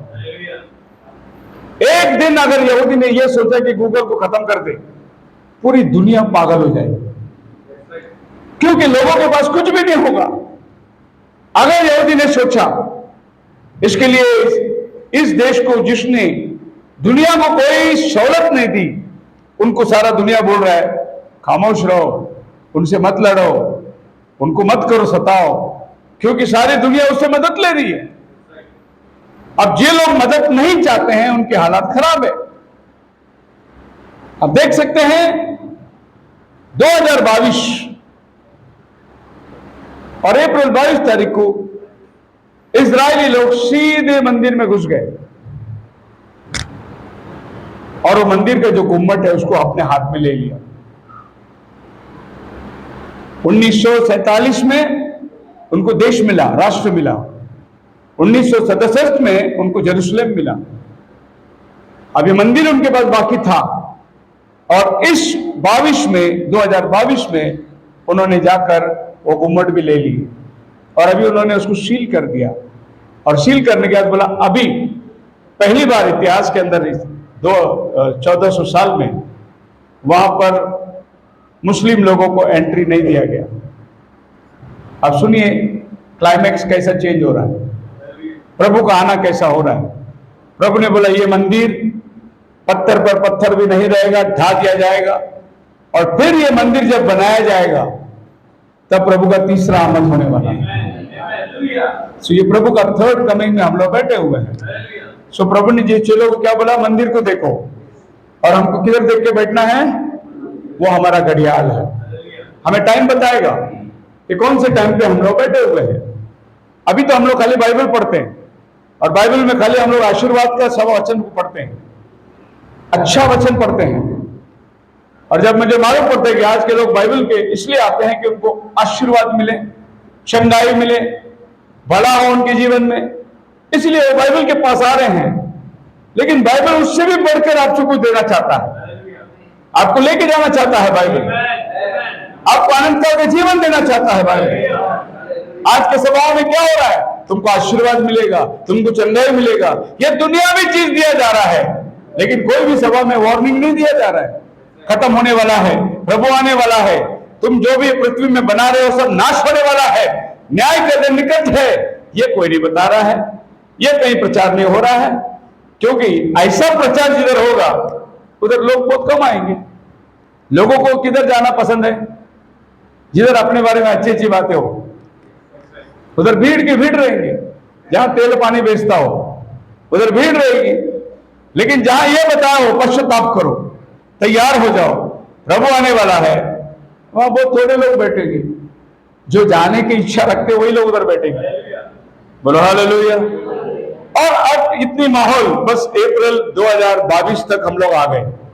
ये 2000 साल का इतिहास देखते देखते अभी बहुत इंपॉर्टेंट बात मैं बताना जा रहा हूं। जैसे इन्होंने ये कब्जा ले ली, इजराइल ने तीसरा मंदिर बनाने का तैयारी कर दिया। सो थर्ड टेम्पल फाइनली सब नमूना उन्होंने बना के रख दिया। एक एक चीज जो बाइबल मेंशन करती है एक्सोडस 25 के अंदर, वो सब चीज उन्होंने तैयारी कर दिया बनाना। और अभी उन्होंने फाउंडेशन स्टोन लेके तैयार बैठे हैं। जैसे ये गुम्मट गिरेगा, इजराइल उसको साफ करेगी और मंदिर का पाया डाल के काम शुरू करेगी। तो आप याद रखो, ये जो हजारों मिसाइल इजराइल के ऊपर जा रहा है, रोज पेपर में पढ़ रहे हो, ये किसी एक सुबह आप पेपर पढ़ोगे वो आखिरी पेपर होगा आपका, फिर और एक पेपर आने वाला नहीं है। ये जिस दिन इस पर गिरेगी उस दिन ये बात खत्म हो जाएगा। अब यहूदी खुद उसको तोड़ना नहीं चाहता। यहूदी ने मुस्लिम देश को बोला अगर आप हमें अनुमति देंगे तो हम उसको जमीन से उठा के आप जिधर बोलेंगे उधर जाके रख देंगे। इजराइल टेक्नोलॉजी में इतना आगे है, वो बोलते तुम्हारे मस्जिद को हम ऐसे उठा के लेके जाके रख देंगे, एक पत्थर भी नहीं गिरेगा, बोलो किधर रखना है। पर इजराइल का उद्देश्य वो नहीं है, लेकिन सामने वाले का उद्देश्य वो नहीं, सामने वाले का उद्देश्य अलग है। बोलो हालेलुया। क्या आप देखे कोई विश्वासी किसी दूसरे धर्म के ऊपर जाके हमला करता है? नहीं। लेकिन कितने चर्च तोड़े जाते हैं, कितनी प्रार्थना घर तोड़े जाते हैं? ये वो करते हैं, मसीही लोगों नहीं करेंगे, यहूदी लोगों नहीं करेंगे, लेकिन दूसरे लोग जो करने पर रहेंगे वो टाइम बिल्कुल निकट होगा। सो इजराइल ने नमूना बना लिया है, मंदिर का नमूना उनके हाथ में आ चुकी है। अब उन्होंने सिर्फ फाउंडेशन डालना है और मंदिर का काम शुरू हो जाना है। आपको मालूम हो नहीं हो, दुनिया भर के इजरायली लोग सब मिलकर इस मंदिर के लिए, वैसे उनके पास पैसे की कमी नहीं है, लेकिन जब ट्रंप प्रेसिडेंट बना उस टाइम पे उन्होंने एक सिक्का बनाया और वो सिक्का सब यहूदियों को दिया। वो सिक्के के उन्होंने एक दाम रखे, वो दाम जो है सीधे मंदिर को जाएगा। वो सिक्का बनाने का उद्देश्य उनका है कि हम सबका हिस्सा है मंदिर के अंदर। मैंने भी कुछ दिया है मंदिर के अंदर। सो पूरी दुनिया के पृथ्वी के अंदर यह काम उनके साथ में स्थगित हो चुका है। अभी इजराइल में वॉर चल रही है, आपको पता है। हमारे देश में से अभी इन दिनों के अंदर हजारों लोग देश छोड़ के विदेश जा रहे हैं रहने के लिए, क्योंकि यहां का जो दंगा फसाद हो रहा है उससे लोग तंग आ गए। यहूदी लोग ऐसा नहीं है। अभी इजराइल में वॉर चालू हो गया, तो जो यहूदी बच्चा इधर हिंदुस्तान में काम कर रहा है, नौकरी कर रहा है, वो अपना नौकरी छोड़ के इजराइल जा रहा है। क्या बोल के जा रहा है मालूम? मेरा देश के लिए मेरे को लड़ना है, ये बोल के जा रहा है वो। हम लोग वॉर चालू हो गया तो दूसरे देश में भाग जाएंगे, लेकिन यहूदी भागेगा नहीं, वो जा रहा है लड़ने के लिए। सब जवान बच्चे अपने अपनी नौकरी छोड़कर इजराइल जा रहे हैं वापस, और एयरपोर्ट में उनका इंटरव्यू लिए जा रहा है। क्या बोलते मालूम है? हमारा मसीहा आने वाला है, हमको थर्ड टेंपल मिलने वाला है। आप सोचिए, वो तो शारीरिक प्रभु के लोग हैं, हम तो प्रभु के आत्मिक लोग हैं। वो व्यवस्था के अंदर बचाए गए, हम तो यीशु के अनुग्रह में बचाए गए। अगर उनको मालूम पड़ गया उनका मसीहा आने वाला है, तो आपको क्या करना चाहिए? आज हमारी तैयारी क्या होनी चाहिए? उनसे कई गुना बढ़कर आज हम लोग तैयार करना चाहिए। प्रभु ने इजराइल को कहा था, मंदिर में 7 दीवट बनवा के रखना। और ये 7 दीवट जो है किस चीज को दर्शाता है आपको पता है? प्रकाशित वाक्य पढ़िए, पहला अध्याय का 20 वचन। Revelation chapter 1 verse 20। अर्थात उन 7 तारों का भेद जिन्हें तूने मेरे दाहिने हाथ में देखा था, हाँ, और उन 7 सोने की दीवटों का भेद, हाँ, वे 7 तारे 7 कलीसियाओं के स्वर्गदूत है जी, और वे 7 दीवट जी 7 कलीसियाएं हैं। आमीन। अप्रैल लास्ट में 6 बजे आप तो अच्छा खत्म हो गया ना, तो अभी नहीं ले सकते? नहीं, तो मैं कंटिन्यू करता हूं फिर। सोने के 7 दीवटों के बीच में एक मनुष्य का सा पुत्र घूम रहा है, और क्या देखा उसने? सोने के, हाँ, ये 7 तारे 7 कलीसिया के स्वर्गदूत है। ये 7 तारे 7 कलीसिया के स्वर्गदूत है, और वे 7 दीवट 7 कलीसियाएं हैं। ये 7 दीवट 7 कलीसियाएं हैं। ये दीवट 2000 साल इजराइल के पास नहीं थी, लेकिन आज इजराइल ने ये दीवट को बनाया है। फिर ये 2000 साल ये दीवट किधर गई? ये 2000 साल प्रभु ने वो 7 कलीसिया, प्रकाशित वाक्य पहला अध्याय उसका 10 और 11 पढ़ के देखिए। प्रभु ने अन्य जातियों को दिया था टाइम। मैं प्रभु के दिन आत्मा में आ गया जी, और अपने पीछे तूरी का सा बड़ा शब्द यह कहते सुना, जो कुछ तू देखता है, जो कुछ तू देखता है उसे पुस्तक में लिखकर 7 कलीसियाओं के पास भेज दे। हालेलुया। जब ये मंदिर गिरा दिया गया और उसकी सारे पवित्र वस्तु ले ली गई, प्रभु ने अन्य जातियों को तैयार किया, जो 7 दीवट के रूप में 7 कलीसिया का नाम आ गया। अभी ये 7 कलीसिया का टाइम खत्म हो रहा है। प्रभु ने इजराइल को फिर दीवट बना के दे दिया। अभी तुम्हारा काम शुरू हो जाएगा। आप मेरे साथ है? थोड़ी अपनी सोच को ऊंचा करो कि 2000 साल तक ये दीवट उनके पास नहीं थी, अभी ये दीवट को तैयार कर दिए। ये दीवट क्या है? कलीसिया को दर्शा रहा है। फिर ये 2000 साल ये दीवट कहीं गई थी? ये दीवट आप और हम अन्य जातियों के पास आ गया था। अभी इजराइल वापस से दीवट में तेल डालकर जलाने के लिए, अब ये तेल डालने के लिए कौन आने वाला है? प्रकाशित वाक्य उसके 11वें अध्याय में जब जॉन दर्शन में देखा तो क्या देखा? 2 साक्षी आ रहे हैं। यहोवा साक्षी नहीं, ये प्रकाशित वाक्य का 2 साक्षी है। अभी जो 2 लोग घर में घूमते यहोवा साक्षी, वो नहीं है।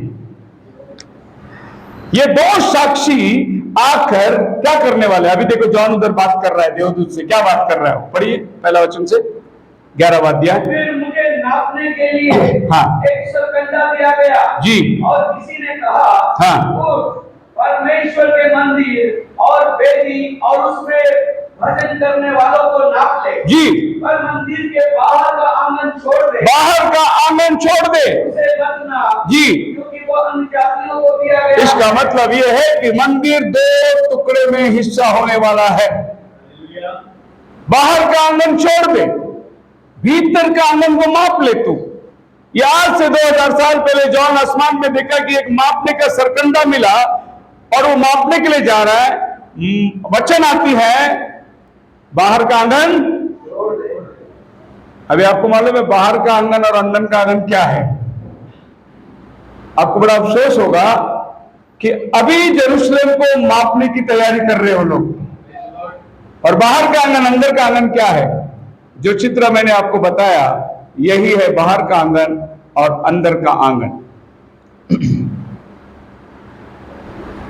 यह है, ये मस्जिद है, ये गुम्मट है। यहूदियों को चाहिए ये, और इस्लाम जो है यहां बैठी, इसके बीच में बंटवारा होगा।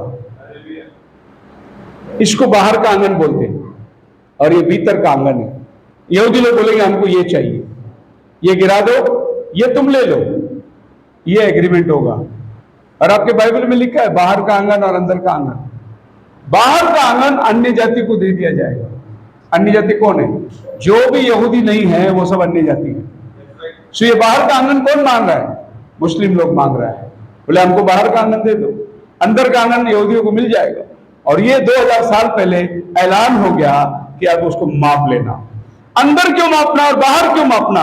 क्योंकि ये 2 हिस्से में बंटवारा होगा।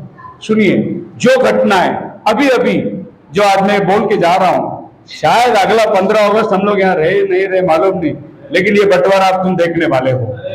आप एक दिन पेपर में पढ़ने वाले हो, ये बांट दिया जाने वाला है और यहूदी और इनके बीच में एक समाधान होने वाला है। और ये 2 नबी जो आ रहे हैं, इनको जॉन पूछता है क्या है, कौन है ये? देखो जवाब भी क्या मिलता है। और मैं अपने 2 गवाहों को यह अधिकार दूंगा हाँ। कि ठाठ ओढ़े हुए 1260 दिन तक भविष्यवाणी करें। जी, वे जैतून के 2 पेड़, वे जैतून के 2 पेड़ हैं। जो दीवट है, हाँ। जो पृथ्वी के प्रभु के सामने, वे जैतून के 2 पेड़ हैं। ये 2 नबी, ये 2 व्यक्ति कौन हैं? बोले ये जैतून के 2 पेड़ हैं। ये लोग क्या कर रहे हैं? दीवट को तेल दे रहे हैं। क्या दे रहे हैं? अब पढ़िए ज़करिया की किताब, उसका 4 अध्याय देखिए। दीवट को तेल कौन दे रहा है? उसका 4 अध्याय 1 और 2 वचन पढ़िए। फिर जो दूत मुझसे बातें करता था, उसने आकर मुझे ऐसा जगाया जैसा कोई नींद से जगाया गया जाए। हाँ। और उसने मुझसे पूछा, तुझे क्या दिखाई पड़ता है? मैंने कहा, एक दीवट है जो संपूर्ण सोने की है, और उसका कटोरा उसकी चोटी पर है, और उस पर उसके 7 दीपक है, जिनके ऊपर बत्ती के लिए 7 नादियां हैं। जी।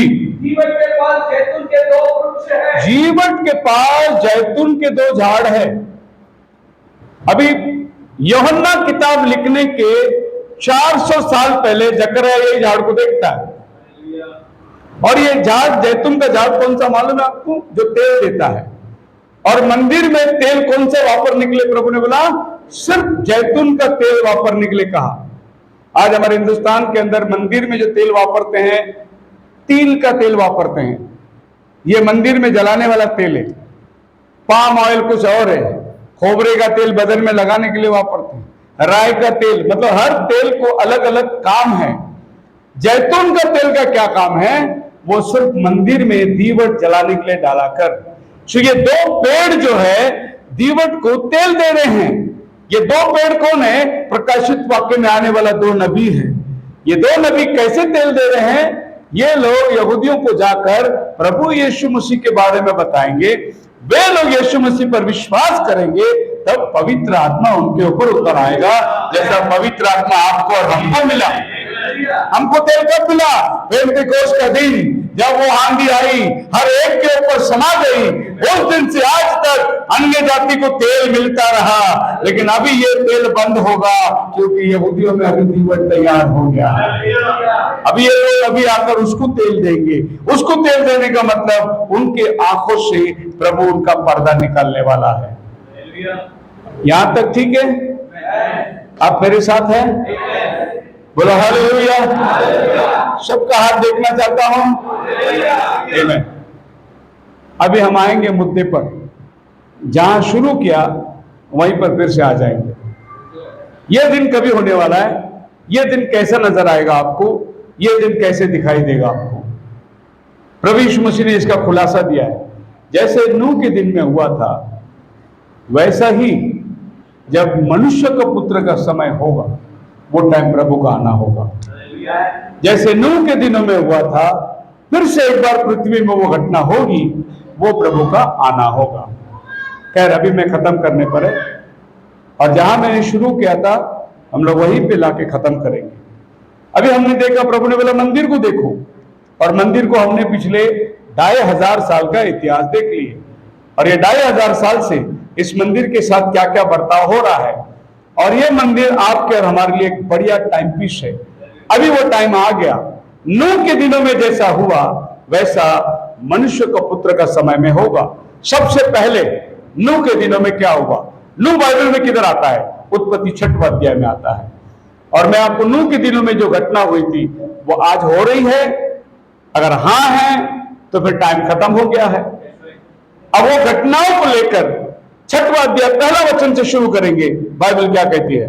फिर जब मनुष्य भूमि के ऊपर बहुत बढ़ने लगे, मनुष्य भूमि के ऊपर बहुत बढ़ने लगे और उनके बेटियां उत्पन्न हुई जी, तब परमेश्वर के पुत्रों ने सबसे पहला दुनिया का अंत का पहला निशानी, जो नूह के दिनों में दुनिया खत्म होने के टाइम दुनिया कैसी थी, वैसे ही दोबारा ये धरती पर जब भी होगा, तो जैसे नूह के दिनों में दुनिया का नाश हुआ, वैसे ही आज के दिनों में भी दुनिया का अंत हमारे सामने है। पहला नूह के दिनों में बाइबल क्या कहती है? और उनके पॉपुलेशन, पहला क्या हुआ? पॉपुलेशन। आज ये पॉपुलेशन इतना बढ़ गया है, इसको कम कैसा करना है करके बड़ी बड़ी स्कीम बनाया जा रहा है, जिसमें कोरोना एक है। कोरोना का मतलब क्या है? क्यों कोरोना आया? क्यों कोरोना फैलाया गया? मूल मकसद कोरोना का यह है, डीपॉपुलाइजेशन करना, पॉपुलेशन को कम करना। यह आज का साइंटिस्ट लोग का सबसे पहला मुद्दा है। इसीलिए कोरोना काल में क्या हुआ? जो 50 के ऊपर वाला हॉस्पिटल जाता था वो मर के ही निकलता था बाहर, उसको कोई इलाज नहीं। 30, 40, 20 वाला है तो उसको कुछ इंजेक्शन देके उसको बचाने की कोशिश करते थे, लेकिन जो उम्र वाला बोलते थे साइड में डाल दो, क्योंकि इसका उद्देश्य ही पॉपुलेशन को खत्म करना है। अब 60 साल के ऊपर एक आदमी क्या फायदा? वो तो धरती का बोझ ही है ना, उससे कुछ काम भी नहीं होता, उससे कुछ काम है भी नहीं। तो ये दुनिया के विद्वान लोग मिलकर इस पृथ्वी की आबादी को कम कैसे करना, ये आज का सबसे बड़ा विषय है। और यही विषय नूह के दिनों का विषय था, जब पृथ्वी में लोग बढ़ने लगे। आज की तारीख में हमारा पॉपुलेशन पहुंच गया है 8 बिलियन पॉपुलेशन हो चुका है, और ये कम नहीं हो रहा है। ये प्रति वर्ष जो है बिलियन के हिसाब से आगे ही चला जा रहा है। आज ये पॉपुलेशन के वजह से धरती के अंदर जो प्रदूषण हुआ वो और भी भयानक हो रहा है, क्योंकि इसकी वेस्ट मैनेजमेंट जो है वो पब्लिक संभाला नहीं जा रहा, गवर्नमेंट संभाला नहीं जा रहा। अब पॉपुलेशन इस रफ्तार से बढ़ती चली जाए तो लोगों को कल खाना क्या मिलेगा? कहां से अन्न लाएंगे इतने लोगों को? ये गवर्नमेंट के सामने आज बहुत बड़ा प्रश्न है। आप इस भोसरी इलाके में देखिए, आज से 50 साल पहले ये भोसरी में जो रिया होगा, या 25 साल पहले भोसरी में रिया होगा, उसको पूछो, वो बताएगा बहुत डेवलपमेंट हो गया, यही बोलेगा। लेकिन आपको मालूम है जितनी खेती बाड़ी अनाज सब खत्म होके सोसाइटी टाउनशिप बनता चला जा रहा है। क्या बन रहा है? बड़ी बड़ी टाउनशिप बन रही है। जहां खेती होती थी, जहां अनाज पैदा होता था, अभी वो सब घर बनते जा रहा है। और बाइबल में लिखा है जब पॉपुलेशन बढ़ता जाएगा, नूह के दिनों में ये सबसे बड़ी समस्या थी। पॉपुलेशन बढ़ने से क्या होता है, उसका दूसरा वचन में लिखा है। तब परमेश्वर के पुत्रों ने मनुष्य की पुत्रियों को देखा कि वे सुंदर है, हाँ। और उन्होंने जिस चीज को चाहा उनसे ब्याह कर लिया। सेकंड चीज बाइबल कहती है, इट वॉज सेक्सुअल परवर्शन। क्या हुआ? जिसको चाहा उसको ब्याह कर लिया, और होमोसेक्सुअलिटी बढ़ने लगी। लूत के दिनों में क्या था? लोग को प्रभु सदोम को नाश करने के लिए आने के पहले बाहर निकाला, लेकिन सदोम में हो क्या रहा था? एलजीबीटी, समान अर्थ। आज आदमी औरत बन रहा है, औरत आदमी बन रही है। अब देखिए, औरतें बाल कटा के बॉब कट करके बॉय कट कर रही है, आदमी लंबा रिबन बैंड लगा के चोटी लगा रहा है। परवर्शन, जाति जो है वो बदल रही है। आप जानवर की तरफ देखिए, आपको अजीब सा लगेगा। जानवरों में, पक्षियों में जो पुरुष होता है वो सुंदर दिखता है। आप मुर्गा को देखा, उसके सर पे क्या बाल, उसका क्या रुआब है चलने का। मुर्गी देखो कैसी दिखती है। अब शेर देखा कैसे दिखता, सिंह, क्या उसके चेहरे पे बाल है घना, और शेरनी को देखो कैसे दिखता है। सो प्रकृति में अगर आप मोर को देखोगे तो मोरनी सुंदर नहीं दिखता। मोर को वो लंबा पंख है जो बारिश में नाचती है ना, मोरनी को नहीं है वो। मोरनी बिल्कुल मुर्गी के जैसी दिखेगी। खाली इंसान जात में सुंदरता औरत के पास चली गई। इसको बोलते हैं परवर्शन। औरतें लिपस्टिक लगाने लगी, औरतें ब्यूटी पार्लर जाने लगी। आदमी लोग नहीं जाता ना ब्यूटी पार्लर, आदमी लिपस्टिक नहीं लगाता। मैं तो ये सोचता हूं, मेरा सोच ऐसा है, अगर कोई लड़की घना लिपस्टिक लेके आया तो मैं समझता उसके होठ में सफेद दाग होगा, इसके लिए लाल रंग लगा के आई। ये मेरा सोच है, वरना परमेश्वर ने जो रंग दिया वो खूबसूरत है। और मेरे विश्वासी भाई बहन, ये बात सुन लो खुल के, कोई पास्टर नहीं बोलेगा। जो औरतें लिपस्टिक लगाती है, बाल कटाती है, जेजेबेल की बेटी है, बाइबल बोलता है। आप कलीसिया काल में पढ़ के देखो, प्रकाशित वाक्य 2 अध्याय के अंदर। इसके लिए मसीही बहन लोग ब्यूटी पार्लर नहीं जाना है, क्योंकि पहला बार बाइबल में काजल लगाने वाली जेजेबेल थी। और बाइबल जेजेबेल को क्या कहती है? दुष्ट रानी। ऐसा रानी इजराइल में कभी नहीं हुआ था जिसने आहाब राजा को बैठाया। चलो, ये पुलपिट और कोई चर्च में ये प्रचार नहीं, क्योंकि मेंबर कम हो जाएगा। मैक्सिमम लोग ब्यूटी पार्लर वाले ही तो हैं आज। पास्टर की औरत ही ब्यूटी पार्लर से तैयार होकर पुलपिट में आती है, तो फिर वो पास्टर ब्यूटी पार्लर के प्रचार कैसे करेगा? मुझे नहीं समझ में आ रहा है कि आज को पास्टर की औरतें जो बॉक्कट पुलपिट में खड़े हुए, अगर इनके घर में यीशु आया तो वो औरत कैसे अपने बाल से प्रभु के पैर पोछे, आंसुओं से भिगोए? ऐसा सौभाग्य तुम्हें नहीं मिलेगा। बाल कटवा के आ गए तुमने। पहले कोरिन्थियों 14 अध्याय में 11-14 क्या लिखे? स्त्री प्रभु ओढ़ने के लिए दिया गया है, इसके ऊपर चुरा कैसी नहीं लगाना है। ये प्रभु की महिमा तुमको दिया है और तुम प्रभु की महिमा करने लगे। देखो, हमें प्रभु के राज्य में भीड़ को नहीं लेके जाना है, हमें विश्वासियों को लेके जाना है प्रभु के राज्य में। चुने हुए सिर्फ जाने वाले हैं, बुलाए हुए बहुत रहेंगे। बुलाए हुए सभाओं में 5-5 हजार लोगों की खर्च भरी रहेगी, लेकिन जहां वचन सच्चाई से प्रचार होता है उधर बहुत गिने चुने लोग रहेंगे। जो जाने वाले लोग हैं वही इस चीज को पसंद करेंगे। दूसरी चीज, ये पृथ्वी में परवर्षण होने लगा। प्रभु यीशु मसीह ने क्या कहा? जैसे नूह के दिनों में हुआ, दोबारा ये पृथ्वी में होने वाला है। और इसके बीच में 4000 साल का गैप हो गया। फिर से ये पृथ्वी में वही घटना होने लगी जो नूह के दिनों में हो रही थी। आज साइंटिस्ट इस बात का पता लगा चुका है कि नूह के दिनों में जो पिरामिड था, यह पिरामिड आज का साइंटिस्ट नहीं बना सकता। इसका मतलब यह है कि आज के साइंटिस्ट से भी बड़े साइंटिस्ट उस दिन थे पृथ्वी पर। उन्होंने बहुत खोज निकाला। नूह के दिनों में उस पिरामिड के अंदर एरोप्लेन जाने का रास्ता भी है, पानी में जाने का जहाज का भी रास्ता है।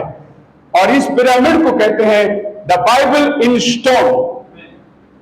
आपको मालूम नहीं होगा, आप सिर्फ एक बाइबल को पढ़ रहे हैं, लेकिन बाइबल के अलावा सबसे पहला बाइबल आसमान है। आसमान के तारे ये सब मिलकर पहला बाइबल को प्रस्तुत करता है। वो मागी लोग यीशु को ढूंढ कर आए और कहा राजा पैदा होने वाला है, किधर है? हेरोद ने बोला तुमको कैसे मालूम राजा पैदा होगा? क्या बोला उन्होंने? हमने पूर्व में उसका पहला बाइबल किधर है? वो लोग कोई किताब पढ़ के थोड़ी यीशु को ढूंढने आए, वो आसमान पढ़ के यीशु को ढूंढने के लिए आए। वो पहला बाइबल है। दूसरा बाइबल हानोक ने पिरामिड के पत्थर में लिख के रखा। दूसरा बाइबल, ये पिरामिड की स्टडी करो आप। यीशु मसीह धरती में कभी आने वाला है? यीशु मसीह कितना साल रहने वाला है? यीशु क्रूस पर कभी चढ़ने वाला है? क्रूस चढ़ने के बाद यीशु जिंदा होकर कितना टाइम रहेगा? यीशु दूसरी बार कभी आएगा? उस पिरामिड के अंदर दो कमरा है, एक किंग्स चेंबर, एक क्वींस चेंबर, एक राजा यानी प्रभु यीशु का रहने का जगह है। और उसी पिरामिड में एक पत्थर है, उस पत्थर का माप बिल्कुल संदूक का जो वाचा था उसी का माप का पत्थर है। यानी परमेश्वर का वचन रखने के लिए जब संदूक बना भी नहीं था, हेनोक को प्रभु ने ज्ञान दिया था। उसको बोलते हैं बाइबल इन स्टोन, दूसरा बाइबल। तीसरा बाइबल आपके हाथ में पन्नों में लिख कर आया है, ये थर्ड बाइबल है। और यहीं तक सीमा नहीं, ये बाइबल जिनके अंदर जीता है वो चौथा बाइबल है। You are the living Bible. ये बाइबल तुम में जी रहा है। अगर ये बाइबल को मैं बंद करके अलमारी में रखूं 10 साल भी ये बाइबल ऐसे कैसे रहेगा, लेकिन यही बाइबल को अगर मेरे जीवन में डालो 10 साल में मैं बदल जाऊंगा। मैं जो था वो बन जाऊंगा, मैं जो था वो मैं भूल जाऊंगा। ये बाइबल मेरे जीवन को बदल दिया है, इसलिए आज मैं आपके सामने खड़ा हूं। यहां खड़ा रहने का मकसद ये बाइबल ने मुझे यहां तक लेकर आया है। ये है जीवित बाइबल। पौल बोलता है तुम हमारी जीवित पत्री हो। बाइबल लोग बाद में पढ़ते, पहला लोग तुमको पढ़ते। तुमको देखते ही बोलना चाहिए ये क्रिश्चियन लोग हैं, ये विश्वासी लोग हैं, क्योंकि आपको बाइबल पढ़ते। किताब दे दो बाद में वो पढ़ेगा, पहला वो आपको देखते हैं, आपका चाल चलन देखते हैं।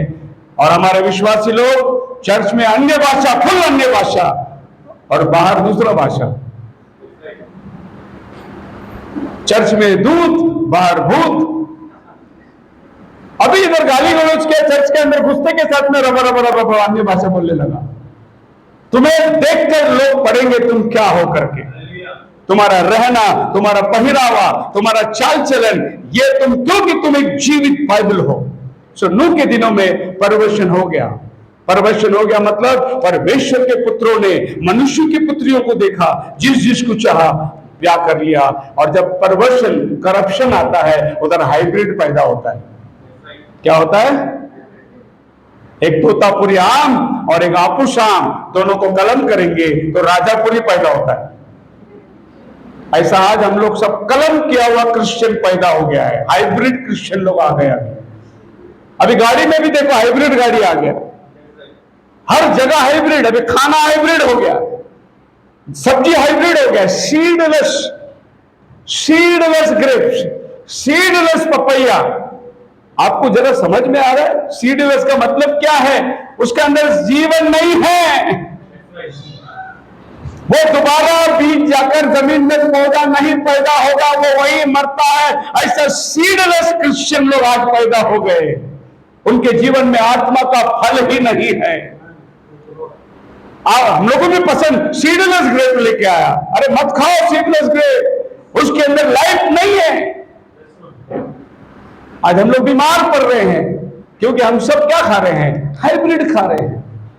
बेंगलुरु में डॉक्टर परेशान है, 4 साल के बच्चे को डायबिटीज। क्यों?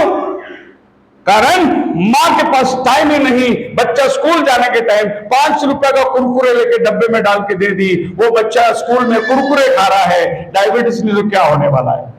6-6 महीने पैकेट में बंद रखा हुआ खाना खिला रहा है। माँ का काम क्या है? घर में गरम चपाती बना के, सब्जी बना के बच्चे को स्कूल में देना। लेकिन माँ को बेचारे काम पे बैठी है तो बच्चा पालना घर में पड़ रहा है। जो काम आज माँ बच्चे को देना चाहिए वो नहीं दे रहा है। जो प्रार्थना आज क्रिश्चियन घर में सिखाना चाहिए वो नहीं सिखाया जा रहा है। टेलीविजन आकर, जहां बाइबल थे एक जमाने में, आज उधर टेलीविजन आके बैठ गया है। घर में प्रार्थना खत्म हो गई है, फैमिली प्रेयर खत्म हो गया है, फैमिली अल्टर खत्म हो गया है। यही नूह के दिनों में हुआ था। और जब ये घटनाएं होती है, जल प्रलय आने का टाइम हो गया है। अब बाइबल क्या कहती है? थर्ड थिंग पढ़िए, 4वां वचन। उन दिनों में पृथ्वी पर दानव रहते थे। हाँ। और इसके पश्चात जब परमेश्वर के पुत्र मनुष्य के पुत्रियों के पास गए, हाँ। तब उनके द्वारा जो संतान परमेश्वर के पुत्र मनुष्य की पुत्रियों के पास जब गए, परमेश्वर के बेटे इंसान के बेटों के पास, इंसान के बेटियों के पास गए। हमारे मसीह समाज के अंदर इस वचन को लेकर आज बहुत बड़ी लड़ाई है। हमारे पादरी साहब लोग जो बाइबल कॉलेज से सीख के आए, वो बोलते ये परमेश्वर के पुत्र लोग देवदूत लोग थे और मनुष्य को पुत्री आम औरत लोग, इनके बीच में शादी हुई। सरासर गलत है। देवदूत शादी कर ही नहीं सकते। प्रभु यीशु मसीह के पास एक बार सवाल लेकर आया। एक औरत भाई का मरने के बाद उसके भाई से शादी किया, फिर उसके भाई से शादी किया, सातों भाई मर गए और ये सातों की पत्नी हो चुकी थी। जब ये जिंदा हो जाएंगे, ये औरत किसकी पत्नी बनेगी? क्या जवाब दिया प्रभु ने? तुम भूल में पड़े हो। जी उठने के बाद हम लोग ये शरीर में नहीं रहेंगे, हम देवदूतों के समान रहेंगे। मतलब देवदूत शादी नहीं करेंगे, यीशु मसीह खुद बोला। और आज के पादरी लोग बोलते देवदूत ने आकर इंसान के साथ शादी किया। यह नूह के दिनों में हुआ एक गलत शिक्षण आज मसीही लोगों के बीच में आ गया। देखिए बहुत प्लेन है। परमेश्वर का पुत्र का मतलब आदम के बेटे, मनुष्य की पुत्री का मतलब है कैन के बेटियां। अभी इसको आपको बाइबल का प्रूफ चाहिए। 2 कोरिन्थियन 6वें अध्याय 14 वचन में पढ़ोगे, लिखा है विश्वासी लोग अविश्वासी के साथ में संबंध मत रखो। और प्रभु ने सख्त मनाही किया था, विश्वासी और अविश्वासी के नाते में ना जुड़ो। एक क्रिश्चियन लड़की एक विश्वासी से ही शादी करना है। एक क्रिश्चियन लड़का एक पवित्र आत्मा भरे हुए विश्वासी से ही शादी करना है, ये बाइबल बोलती है। लेकिन आज क्या हो गया? आज पास्टर बहुत खुश हो जाता है जब एक लड़की आके पापा को बोलती है मेरा कॉलेज का फ्रेंड है लेकिन वो हिंदू है, वो मेरे साथ शादी करने को तैयार है। पास्टर बोलते बेटा ऐसा नहीं हो सकता। बोले नहीं पापा, पास्टर को बोलो एक अन्य जाति विश्वास में आ जाएगा ना, हम लोग एक आत्मा को बचा तो सकते हैं। पास्टर जी खुश होता है, चलो एक मेंबर तो अपनी चर्च में ऐड हो जाएगा। ऐसा चर्च में मेंबर ऐड मत करो। चर्च में मेंबर कैसे ऐड करो? प्रेरितों के काम 2 अध्याय 47वां वचन, ऐसा मेंबर ऐड करो चर्च में। देखो पढ़ के एक्ट्स चैप्टर 2 वर्स 47। पास्टर जी मेरे को दिया हुआ टाइम से मैं 5 मिनट पे आगे नहीं जाऊंगा। यस पढ़िए। और परमेश्वर की स्तुति करते थे जी, और सब लोग उनसे प्रसन्न थे। हाँ, और जो उद्धार पाते थे उनको प्रभु प्रतिदिन उनमें मिला लेता था। इधर चर्च में लाने के बाद उद्धार देते हैं, लेकिन बाइबल में ऐसा नहीं था। जो उद्धार पाते थे उनको प्रभु चर्च में लाता था। बोलो हालेलुया। और उद्धार पाने वाले अगर चर्च में आएंगे तो चर्च में कभी गड़बड़ नहीं आएगी। आज चर्चों में गड़बड़ इसलिए होती है बिना उद्धार वाले को हमने एल्डर बना दिया चर्च में। दूसरा चर्च छोड़ के इधर आया तो उसको ताबड़तोड़ एल्डर बना दो, डिकेन बना दो, ताकि वापस जाए भी हो जल्दी। ऐसे अनकन्वर्टेड लोगों को हमने चर्च में जगह दिया, इसलिए आज चर्च की उन्नति जो है ठप्प हो गई। बाइबल क्या कहती है? प्रेरितों के 17 अध्याय के 6 वचन में ये दुनिया को उल्टा पुल्टा करने वाले इधर भी आ गए। वो 12 लोगों के बारे में ये गवाही थी कि दुनिया को उल्टा पुल्टा करने वाले आए। और आज गूगल में डाल के देखो 40,000 डिनोमिनेशन ये पृथ्वी में आ गई है। क्या हुआ है? क्या कर रही है 40,000 डिनोमिनेशन? एक ही बाइबल, एक ही खुराक, एक ही पवित्र आत्मा, एक ही प्रभु, लेकिन चर्च कितने हो गए? 40,000 डिनोमिनेशन होगा। क्या हुआ? मेरा उनसे थोड़ा फर्क है, उनका मेरे से थोड़ा फर्क है। क्या फर्क है? उनका पादरी साहब लाल टोपी पहनता है, हमारा पादरी साहब काला टोपी पहनता है। क्या फर्क है? वो लोग क्रॉस रखते हैं, हम लोग क्रॉस नहीं रखते। ये फर्क होने का रास्ता है? मसीह लोगों का बंटने का ये तरीका है? कोरिन्थियों की चर्च में ये समस्या आ गई थी। पौलुस कहता है, कोई कहता मैं अपोलोस का, कोई कहता मैं पौलुस का, कोई कहता मैं कैफास का। पौलुस का सवाल उनके साथ, क्या मसीह बट गया? हालेलुया। अगर मसीह बट गया तुम भी बट जाओ, लेकिन जब मसीह नहीं बटा तो हम क्यों बटे हुए हैं? आज पहला प्रेज द लॉर्ड ब्रदर, आप मैं मेथोडिस्ट हूं। प्रेज द लॉर्ड ब्रदर, आप मैं पेंटिकॉस्टल हूं। इधर स्टिकर लगा के घूमो ना, मैं मेथोडिस्ट हूं, मैं पेंटिकॉस्टल हूं करके। आज मसीहत का एकता खत्म हुई, इसलिए मार खा रहे हो तुम। तो बाइबल के दिनों में जहां जाते थे 12, दुनिया उल्टा पुल्टा होती थी। आज वो सामर्थ्य कहां चला गया? क्योंकि हम बट गए। किस लिए बटे? परमेश्वर के पुत्रों ने मनुष्य की पुत्रियों के साथ परवर्षण करे और हम लोग बट चुके हैं। यही घटना है, मैं आपको सरलता में बताता हूं। देखिए, कैन का बेटा आबेल, अच्छा, ये दो व्यक्ति से जो जन्म हुए और यहां पर आके कोलैबोरेशन हो गया। यह उत्पत्ति 6वां अध्याय है। यहां से शेत के बच्चे आ रहे हैं और यहां से कैन के बच्चे आ रहे हैं। जब ये दोनों की मिलावट हुई तभी प्रभु ने जल प्रलय को लाया था। जल प्रलय को प्रभु ने इसलिए लाया, इस मिलावट को प्रभु खत्म करना चाहता था। क्योंकि बाइबल में लिखा है, पढ़िए 5 वचन, उत्पत्ति का 6:5। यहोवा ने देखा कि मनुष्यों की बुराई पृथ्वी पर बढ़ गई है, हाँ, और उनके मन के विचार में जी, जो कुछ उत्पन्न होता है वो निरंतर बुराई होता है। जो कुछ उत्पन्न होता है सो निरंतर बुरा ही होता है। और आज आप सवेरे न्यूज़पेपर खोलो, टीवी चैनल चालू करो, देखो आपको क्या न्यूज मिलता है। इतनी भयानक बुरी बुरी बातें। नूह के दिनों में ऐसा हुआ, आदमी जो भी सोचता है बुरा ही सोचता है। आज हर जगह के अंदर आपको बुरा ही समझ मिलेगी। और फिर ये एक अजीब सी चीज आ गया।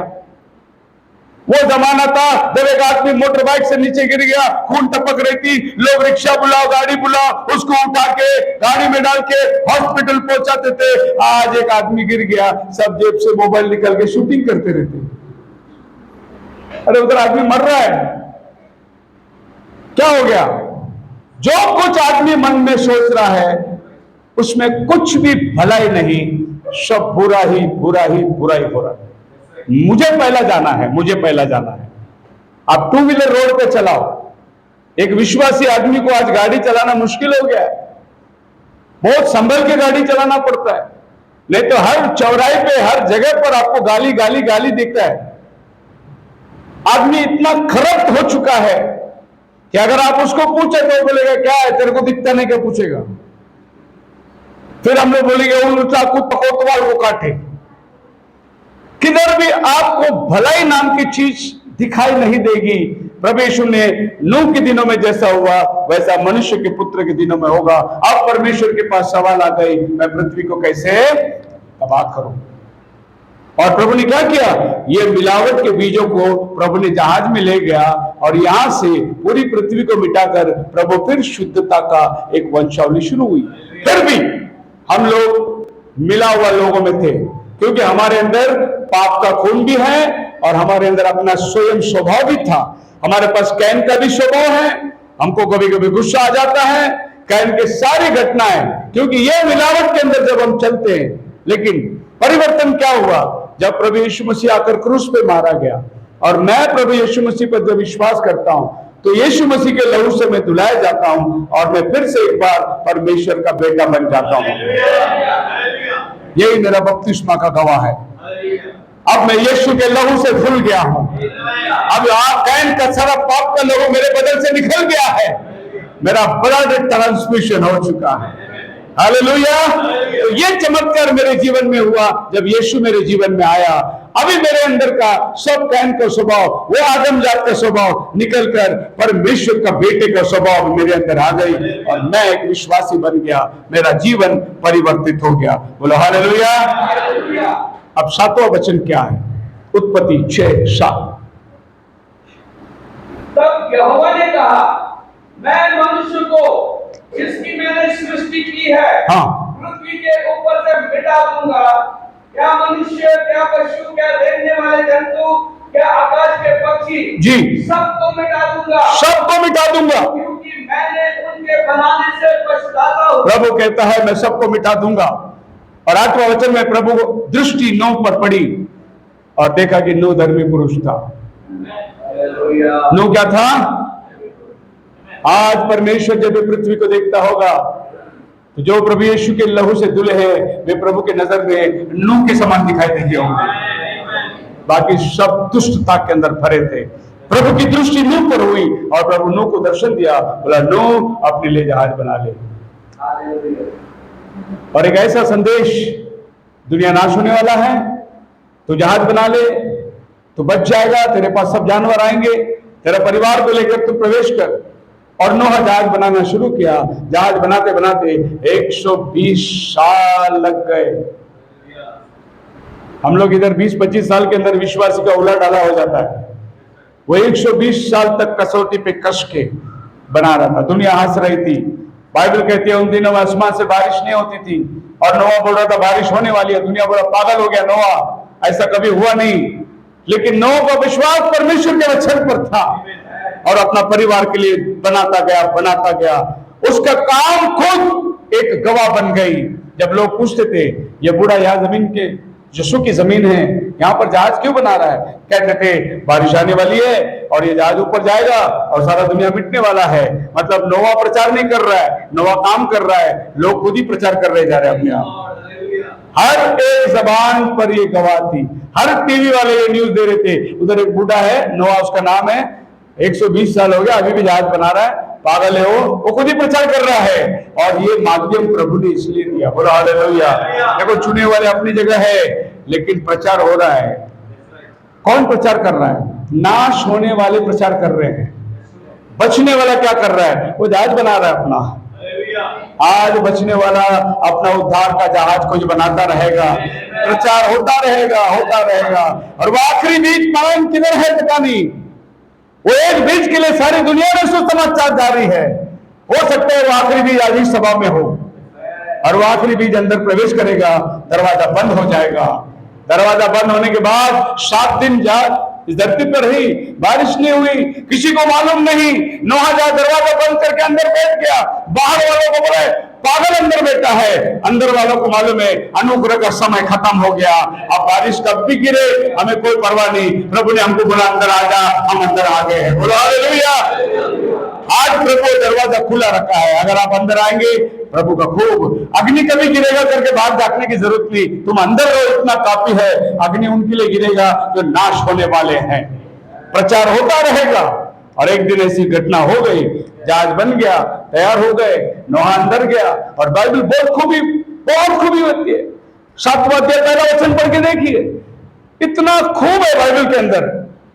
प्रभु ने कहा नोहा, हाँ, तो अपने सारे घराने समेत जहाज में जा, हाँ, क्योंकि मैंने इस समय के लोगों में केवल तुझी को अपनी दृष्टि में धर्मी पाया। मैं यहाँ पर एक बात आपको बताना चाहता हूँ। क्या लिखा है इसमें? प्रभु ने नोहा को बोला जहाज में जा। एक्चुअली वो जा नहीं है, इंग्लिश में लिखा है And the Lord said unto Noah, Come, अंदर आ।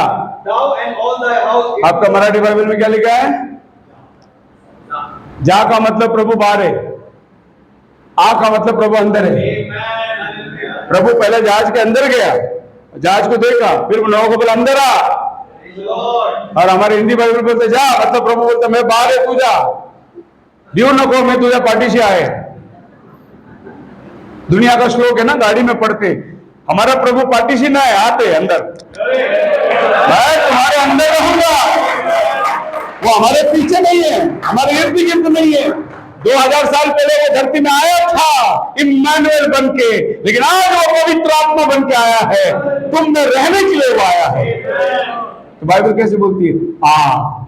और अंदर आज प्रभु आवाज देता है। प्रकाशित वाक्य 22वां अध्याय 17 वचन में आवाज है, आत्मा और दुल्हन दोनों कहती है आ। जा करके नहीं है बाइबल में किधर भी, आ। कलीसिया अंदर आने को कहती है, दुनिया से बाहर निकल और प्रभु के उद्धार के अंदर शामिल हो जा। बस खत्म करने के पहले ये बातें आपके सामने रखना चाहता हूं। याद रखिए, पहला दुनिया, दूसरा पतरस, तीसरा अध्याय और 5 और 6 में लिखा है, पहला दुनिया, पहला युग, पहला पृथ्वी पानी से नाश हुआ। उसके बाद में दूसरा पतरस 3:7 में लिखा है, अभी का दुनिया आग से जलाने के लिए रखी गई है। पतरस ने अपनी किताब में पत्री में लिखा, पहले की दुनिया, फिर एक दुनिया वो आग से जलाने के लिए रखी गई है। ये वो दुनिया है जिसमें अभी हम लोग बैठे हुए हैं। हम लोग अभी कौन सी दुनिया में बैठे हैं? ये वाली दुनिया में बैठे हैं जो आग से जलाने को रखी गई है। क्या आपको विश्वास है परमेश्वर का वचन सच कहता है? पहली दुनिया पानी से डूबी है, अब ये पृथ्वी आग से जलाने को रखी गई है। लेकिन यहां पृथ्वी समाप्त नहीं होता। प्रकाशित वाक्य में लिखा है एक तीसरा दुनिया आने वाला है। और दूसरे पतरस 3:13 में और पतरस कहता है एक नया आकाश और एक नई पृथ्वी आने वाली है। उसमें कौन जाने वाले हैं? जो इस पृथ्वी में मन फिराते हैं, इस पृथ्वी में प्रभु को अपना जीवन देते, उनके लिए तीसरा पृथ्वी तैयार है। मैं इस पृथ्वी पर भी विश्वास नहीं करता हूं, लेकिन एक आने वाला पृथ्वी है मेरे लिए जिसमें मैं जाके विराजमान होने वाला है। बोलो hallelujah. How should we live? आज में कैसा जीना चाहिए? पास्टर जी, आज आपने बहुत सुना दिया, यरूशलेम का मंदिर से लेकर बहुत सारे भविष्यवाणियां सामने रखे, पूरी इतिहास रखे। अभी मैं क्या करना चाहिए? I should live my life Joy and excitement, good news that is coming back. मैं ऐसा जीना चाहिए, मेरा प्रभु जल्दी आने वाला है, मुझे पवित्र आत्मा दिया है, उस आनंद में। Second, I should live my life with preparedness and readiness. वो कभी भी अग्नि गिरने दो, लेकिन मैं आज तैयार रहना चाहिए। आज के 10 साल बाद प्रभु आने दो, लेकिन मैं आज आएगा ऐसा तैयार रहना चाहिए। And this is my responsibility, और ये मेरी जिम्मेदारी है। खुद भी तैयार हो जाओ, आपको भी तैयार करो। खुदावन आप सबको आशीष दे। प्रार्थना के लिए आप इस बात पर खड़े हो जाएं।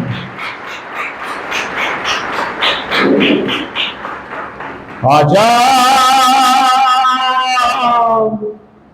प्रभु यीशु के घर आजा, जीवन मिलेगा तुझे, आजा। आज वचन सुना है, अपने मन की तैयारी की। हम सब लोग अपने पैरों पर खड़े हो जाएंगे और ये आखिरी प्रार्थना करेंगे कि प्रभु के आने का समय कितना निकट है। वह समय प्रभु पूरा हो रहा है, वो भविष्यवाणियां पूरी हो रही। हम देखते प्रभु को चिन्ह प्रकट हो रहा है। इजराइल को दुश्मन ने घेर लिया है, मंदिर का मसला चल रहा है। बहुत ही जल्द यहूदी इस मंदिर को तैयार करके खड़े रहने वाले हैं। 2000 साल में प्रभु ने कहा इस मंदिर को देखो, इसमें पत्थर पे पत्थर भी नहीं रहेगा। प्रभु ये घटना पूरी हो गई और अब हम उस समय में आ गया है जबकि तेरे दूसरे आगमन के पहले वो मंदिर तैयार होने वाला है। और मैं चाहता हूं आज जिन्होंने तेरे वचन को सुना उनके जीवन में तू कार्य कर और वे भी तैयार हो सके। दिल में जो तेरा बड़ा बोझ है, सारी उम्र का यही रोग है। दिल में जो तेरा बड़ा बोझ है, सारी उम्र का यही रोग है। क्यों नहीं आता यीशु पास ताकि रहे दिल ना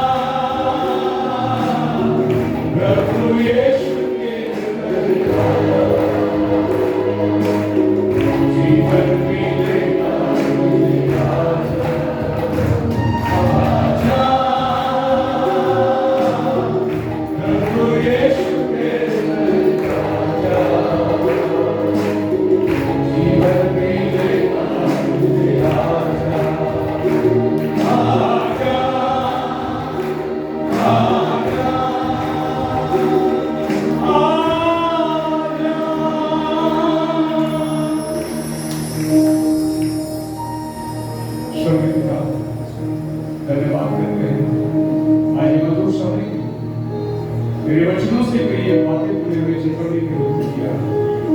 जाने वाले लोग हैं प्रभु, वो इस वचन को आमीन कहेंगे और अपने जीवन को तैयार करेंगे। तो समय निकट है प्रभु, शायद आज रात में हो सकता है, इतना गंभीर चल रही है, इजराइल में लगातार बरस रही है प्रभु। तेरे चुने हुए लोग चारों तरफ घेरे गए हैं। तूने मत्ती 24 में लिखा है, जब दुश्मन तुम्हें घेर लेगा तब मेरा आना होगा। और समय के लिए धन्यवाद करते हैं कि तूने हमें जागरूकता दी है। बरकत हो हर एक के ऊपर, मेरा सलामती उतर आए प्रभु, हर एक अपने जीवन को ठीक बनाए और तेरे राज्य के लिए तैयारी है। इसमें भी कुछ आशीर्वादित है। तो अपने यीशु के नाम में मांगते हैं, शुभ हो।